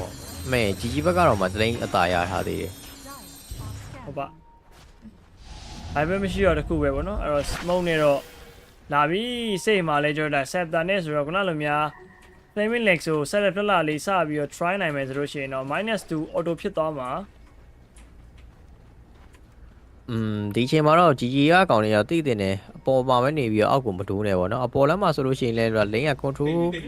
ခံထားတဲ့အတွက်ကြောင့်မလို့ဘက်ပေါ်နေနဲ့ပြန်ကာမရမယ်ကွာအဲ့တော့ဒီ smoke ကြီးကစောင်းတိတာ smoke ကြီးပါ ဆောင်ရအောင်မှာဆောင်ရမ်းသိတာတယ်အားလုံးတည်းရဲ့လှုပ်ဝက်ချက်ဖြစ်နေတာပေါ့နော် 哎，我弟弟啊， ဟိုကြီးနဲ့ထိုင်ဆောင်နေရောက်ရဲဒဲကြီးပဲဒီမခံနိုင်တော့တဲ့ဆုံးပေါ်တော့ပေါ်လန်ခရီတွေဖြတ်စားထားတယ်ပေါ့ pure daylight စီနေတော့ BKB daylight အပေးစေဒါပေမဲ့ mandel game ဖြစ်လာပြီအမှန်ပဲလို့နော်တော့ mandel အသိန်းလုံးက mandel ပြိုင်နေရဖြစ်နေဒီကောင်ပို့ပြီးစိတ်ရှည်လေပေါ့လေဟုတ်ပါငါးပွဲစလုံးတော့အပြည့်ကြည့်ကျင်တာတဲ့ဟုတ်ပါကျွန်တော်တို့လည်းကြည့်ကျင်တာပါပဲငါးပွဲတော့ငါးပွဲအဲ့သွားနိုင်မလားတော့ချက်ကြည့်ရမယ်ပေါ့နော်ဒီနေ့ကအခုချိန်မှာမနိုင်နိုင်ဘူးတော့ပြောလို့မရဘူးပြောရင်အခုက90-50ပဲအသိန်းလုံးနိုင်နိုင်ရရှိရယ်ဒီကသူတို့ဒါရွေးတဲ့အရွေးရယ်ဗတဲ့ဆိုင်မုံဆိုင်ကြီးရယ်ဘိုင်ဘက်ချန်နာမချန်နာရဲ့ပုံမှာမူတည်တာပေါ့နော်အဲ့တော့ဘပိုးနေနေကတော့ဘိုင်ဘက်တွေရှိသေးတယ်ကြီးဘက်ကတော့ဘိုင်ဘက်တွေမကျန်တော့ဘူးဒီကောင်တော့ဘိုင်ဘက်ပေးထားတယ်တော့တရားမှတေဝါခဲ့လို့ရှိရင်ကတခါတည်းပွဲပြီးသွားမှာဗျအဲ့တော့လုံးဝမတက်ရဲဘူးဒီနေနေကလေ high ground ပုံမှာပဲနေနေရယ်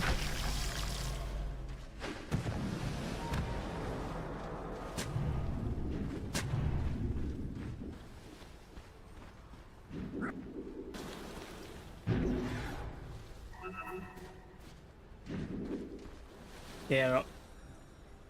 ရောင်ပေးပဲပေါ့နော်ပတ်လေရှောက်ပြေးနေဟိုဘက်ပြေးလိုက်ဒီဘက်ပြေးလိုက် create ရှင်းလိုက်စားလိုက် amplify damage တွေတော့ကျွန်တော်အောက်မှာကို illusion လေးနဲ့ကိုပဲပြန်မြင်ထားရသေးရပေါ့နော်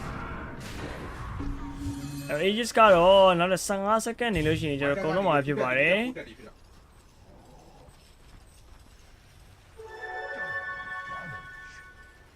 ဒီချစ်ကိုရင်တော့အမေစိတ်မကောင်းတဲ့တခုကလေပေါ်တော့ကောက်ပြီးတော့လို့ရှိရင် live steal က infect ဝင်လို့မရဘူး infect ဝင်လိုက်ရင်ပျောက်သွားပြတ်သွားလားဟုတ်တယ် ages ကုန်းသွားပြီဗျ Rage ဖောင်းနေတော့ပြေးပြီးတက်ခုတ်ပြီးနောက်မှာ dream ကွာအေး sub နဲ့လေရောက်လာပြီ crystal နဲ့ပြန်ပြီးသားတယ် man style ကျွန်တော်အိုးရနှကောင်လုံးကြီးပြန်မြုပ်ပြီ flaming lens ဆိုဆွဲလာရဆိုရင် basket goal arc တင်နေရလုံးဝတကယ်ပဲကျွန်တော် wax ကိုရလာရင် wax on die to the fucking bag ကျွန်တော်တင်စလေ available ပဲတက်ကောက်ပြီ fuck US scepter free ship okay ကျွန်တော် dagger တော့ခုံဝင်ရအောင်မယ်လို့ထင်တာပဲပေါ့နော်အော်တော်သေးတာဘောရောင်ရေး fuck တတောင်တော့ပြတ်သွားရင်မတွေ့ဘူးဗျcast brown နဲ့တော့ကျွန်တော်ပြန်ပြီးတော့မွေထားသေးတယ်ဆိုပေမဲ့လေ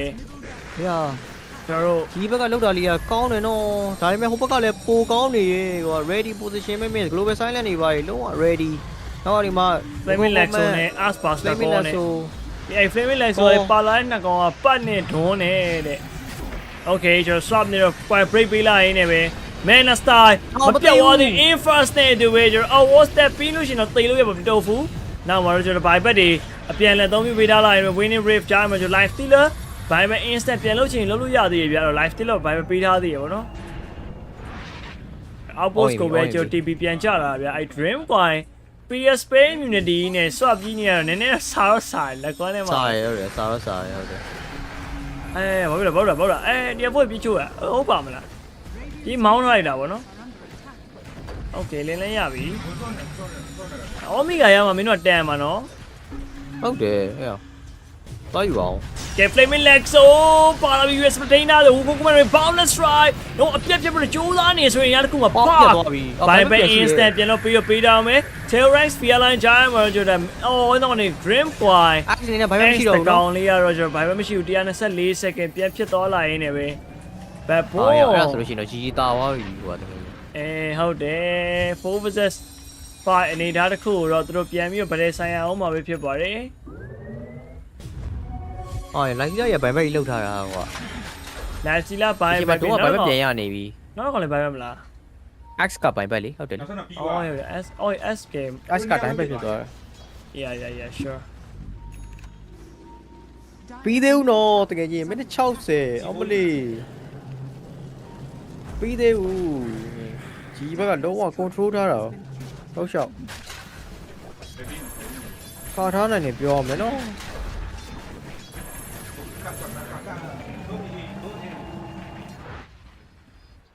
နိုင်กินရပြီ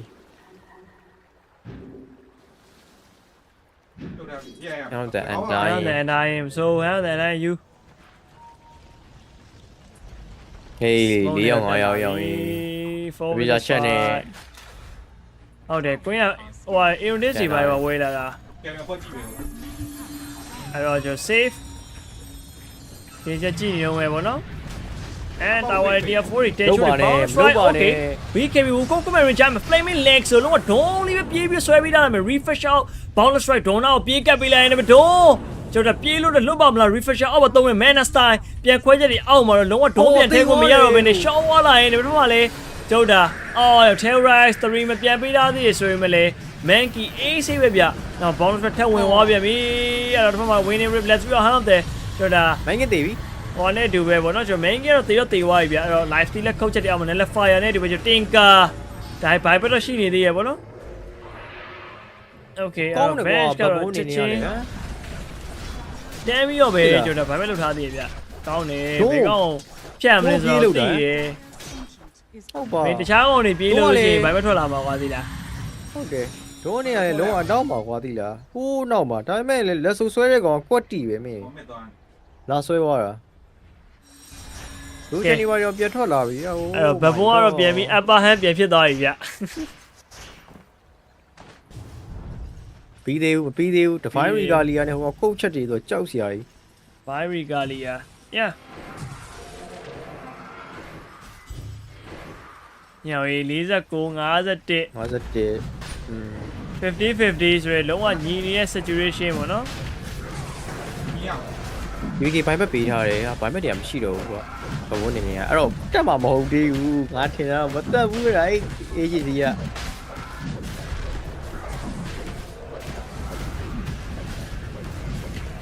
ကဒီတိုင်းပဲယူထားတဲ့ agency ဗျာဖေးတရား fight ဒီပြန် fan မယ်ထင်ပါပြောတော့ဘူးရောဘောမခရီးအောင်စားနေပြီပေါ့နော်ဘောခရီးကတို့မကြံတော့နော် throwing ကိုချိုးအောင်မယ်နော်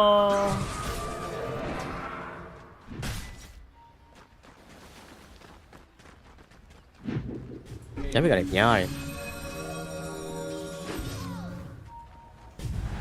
ကဲ flaming legs 2 man နောက်ကနေကျွန်တော် Nella fire တင်လိုက်တယ်ဆိုရင်လည်း grab sign မှာတွဲလိုက်ပေးထားသေးတယ်ဆိုရင်ရအောင်နောက်တော့ flaming legs ဆို fuck တိတ်လို့မရတော့ oh my god 124 second no buy back နဲ့တူပဲပြေးပြောကျွန်တော် 4 vs 5 saturation တခုတော့ gaming gladiator ဟောရောဒိုင်းဘက်သွားတာနော်ကျွန်တော် face ရပါပဲဖြစ်ပါလေတက်ပြီ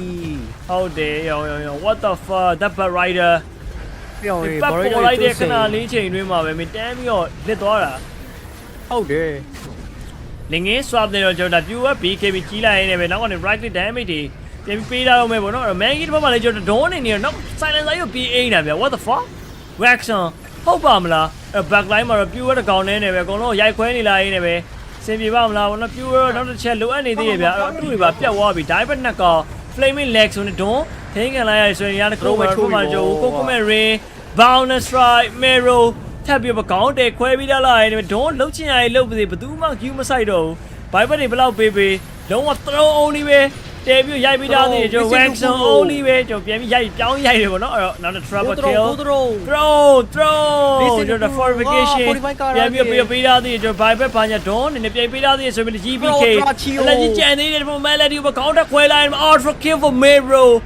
Quadra chill ဗျာ Quadra chill နဲ့တူပဲကျွန်တော် bad ball အနေနဲ့တော့ကျွန်တော် PGL Wallachia season 5မှာတော့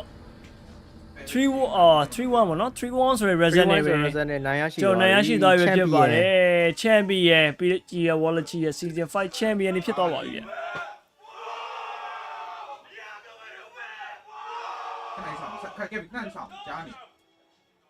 ဟုတ်ပါပြီလို့နော်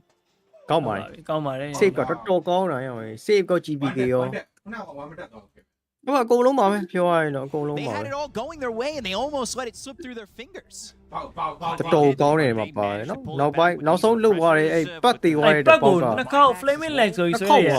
ကျွတ်စင်ကွာဒီလားဒီကဒါပြီးတော့လေဒီတိုင်းကိုရက်နေတဲ့ပတ်မဟုတ်ဘူးကွာမင်း English တွေပါပါတယ်ဟိုထားလိုက်ပါတော့ Unifier နဲ့ပြန်ပြတ်တယ်ဆိုပေမဲ့လေဟိုကောင်က reaction လုပ်လို့ရသွားတယ်ကွာဒီလားအဲ့ဒါကိုထပ်ဖမ်းတာတဲ့ကောင်းလို့ပါရောအဲ့လိုကြီးကြယူလိုက်ပါတော့ champion ပဲအဲ့လိုရန်ကောင်းတဲ့ champion ယူလိုက်တော့ဟလားဟုတ်တယ် dominant team in this tournament. They dropped one game in this BO5, but man, they looked oh so good. I mean, there are certainly a couple picks for the MVPs, but it felt like such a team effort towards the end where everybody was playing on cylinders. So BetBoom team, they claim it all. They're your PGL Wallachia Season 5 champions. Take it away, BetBoom team! BetBoom team! Oh my god.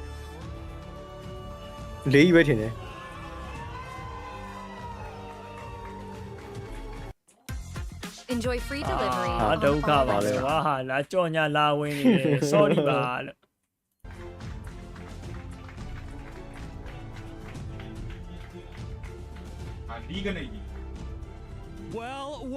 Well, congratulations, Save! You are the Wallachia champions. How does it feel? It feels fucking good. I mean, in the group stage,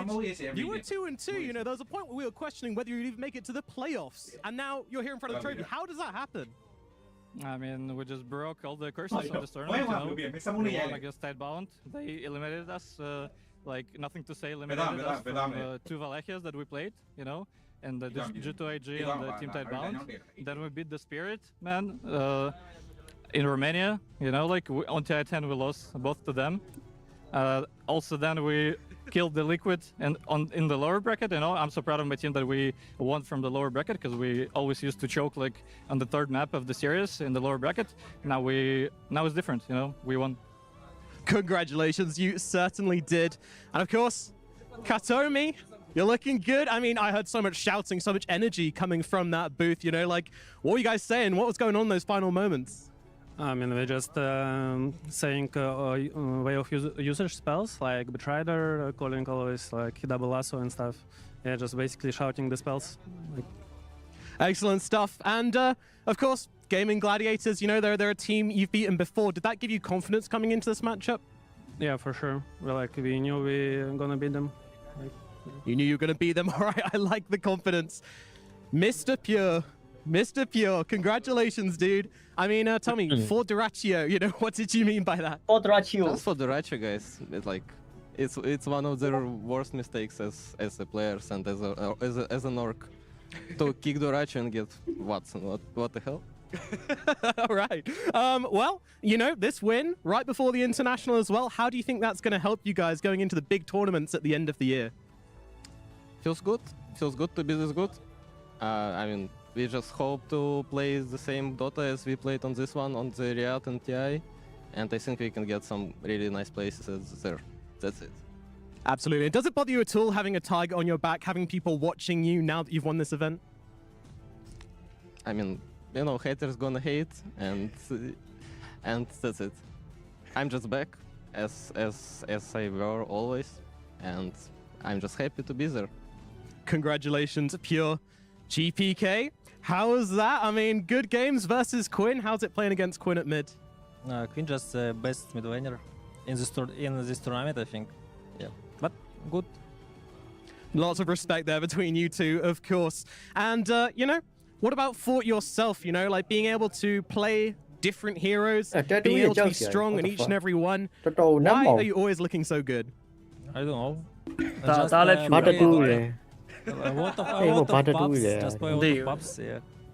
Just play a lot of pubs. Alrighty, I like that very much. And Miaro, congratulations. What were you guys doing better than everybody else? Can you give me one thing you guys did? We're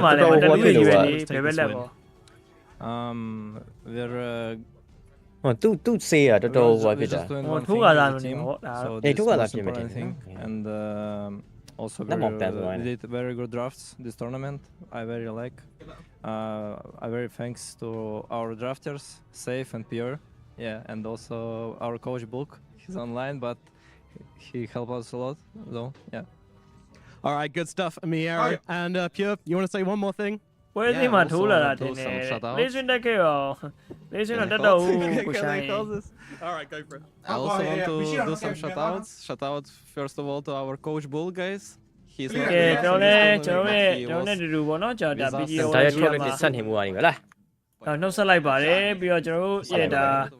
stream ကိုတခြားကြည့်ပေးနေကြတဲ့ brother တွေခဏလေးပဲဖြစ်ဖြစ် ဂျာရွေးဖြစ်ဖြစ်နော်ကျွန်တော်အမြဲတမ်းရှိပေးနေတဲ့ brother တွေတယောက်ချင်းကျေးဇူးများတင်ပါတယ်လို့ပြောရနေပဲနောက်ထပ်ကျွန်တော်ပွဲတွေမှာပြန်ပြီးတော့တွေ့ကြပါတယ်အားလုံးပဲ stage မှာကျွန်တော်ရှိပေးတဲ့ brother တယောက်ချင်းညာကျေးဇူးများတင်ပါတယ်ဗောနော်ကျွန်တော်အားလုံးပဲ good night ပါဗျာ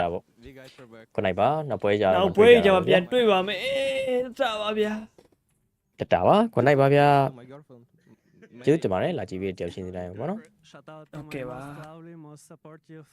ကျေးဇူးတင်ပါတယ် silent ကျေးဇူးတင်ပါတယ် Kevin all right thank you okay အေးပြီဗျာတတာ okay bye bye season 5 champions Bet Boom Oh, congratulations to Bet Boom indeed. They are your Wallachia Season 5 champions here. And in such manner, I want to still talk a little bit about that Game 4, guys. I can't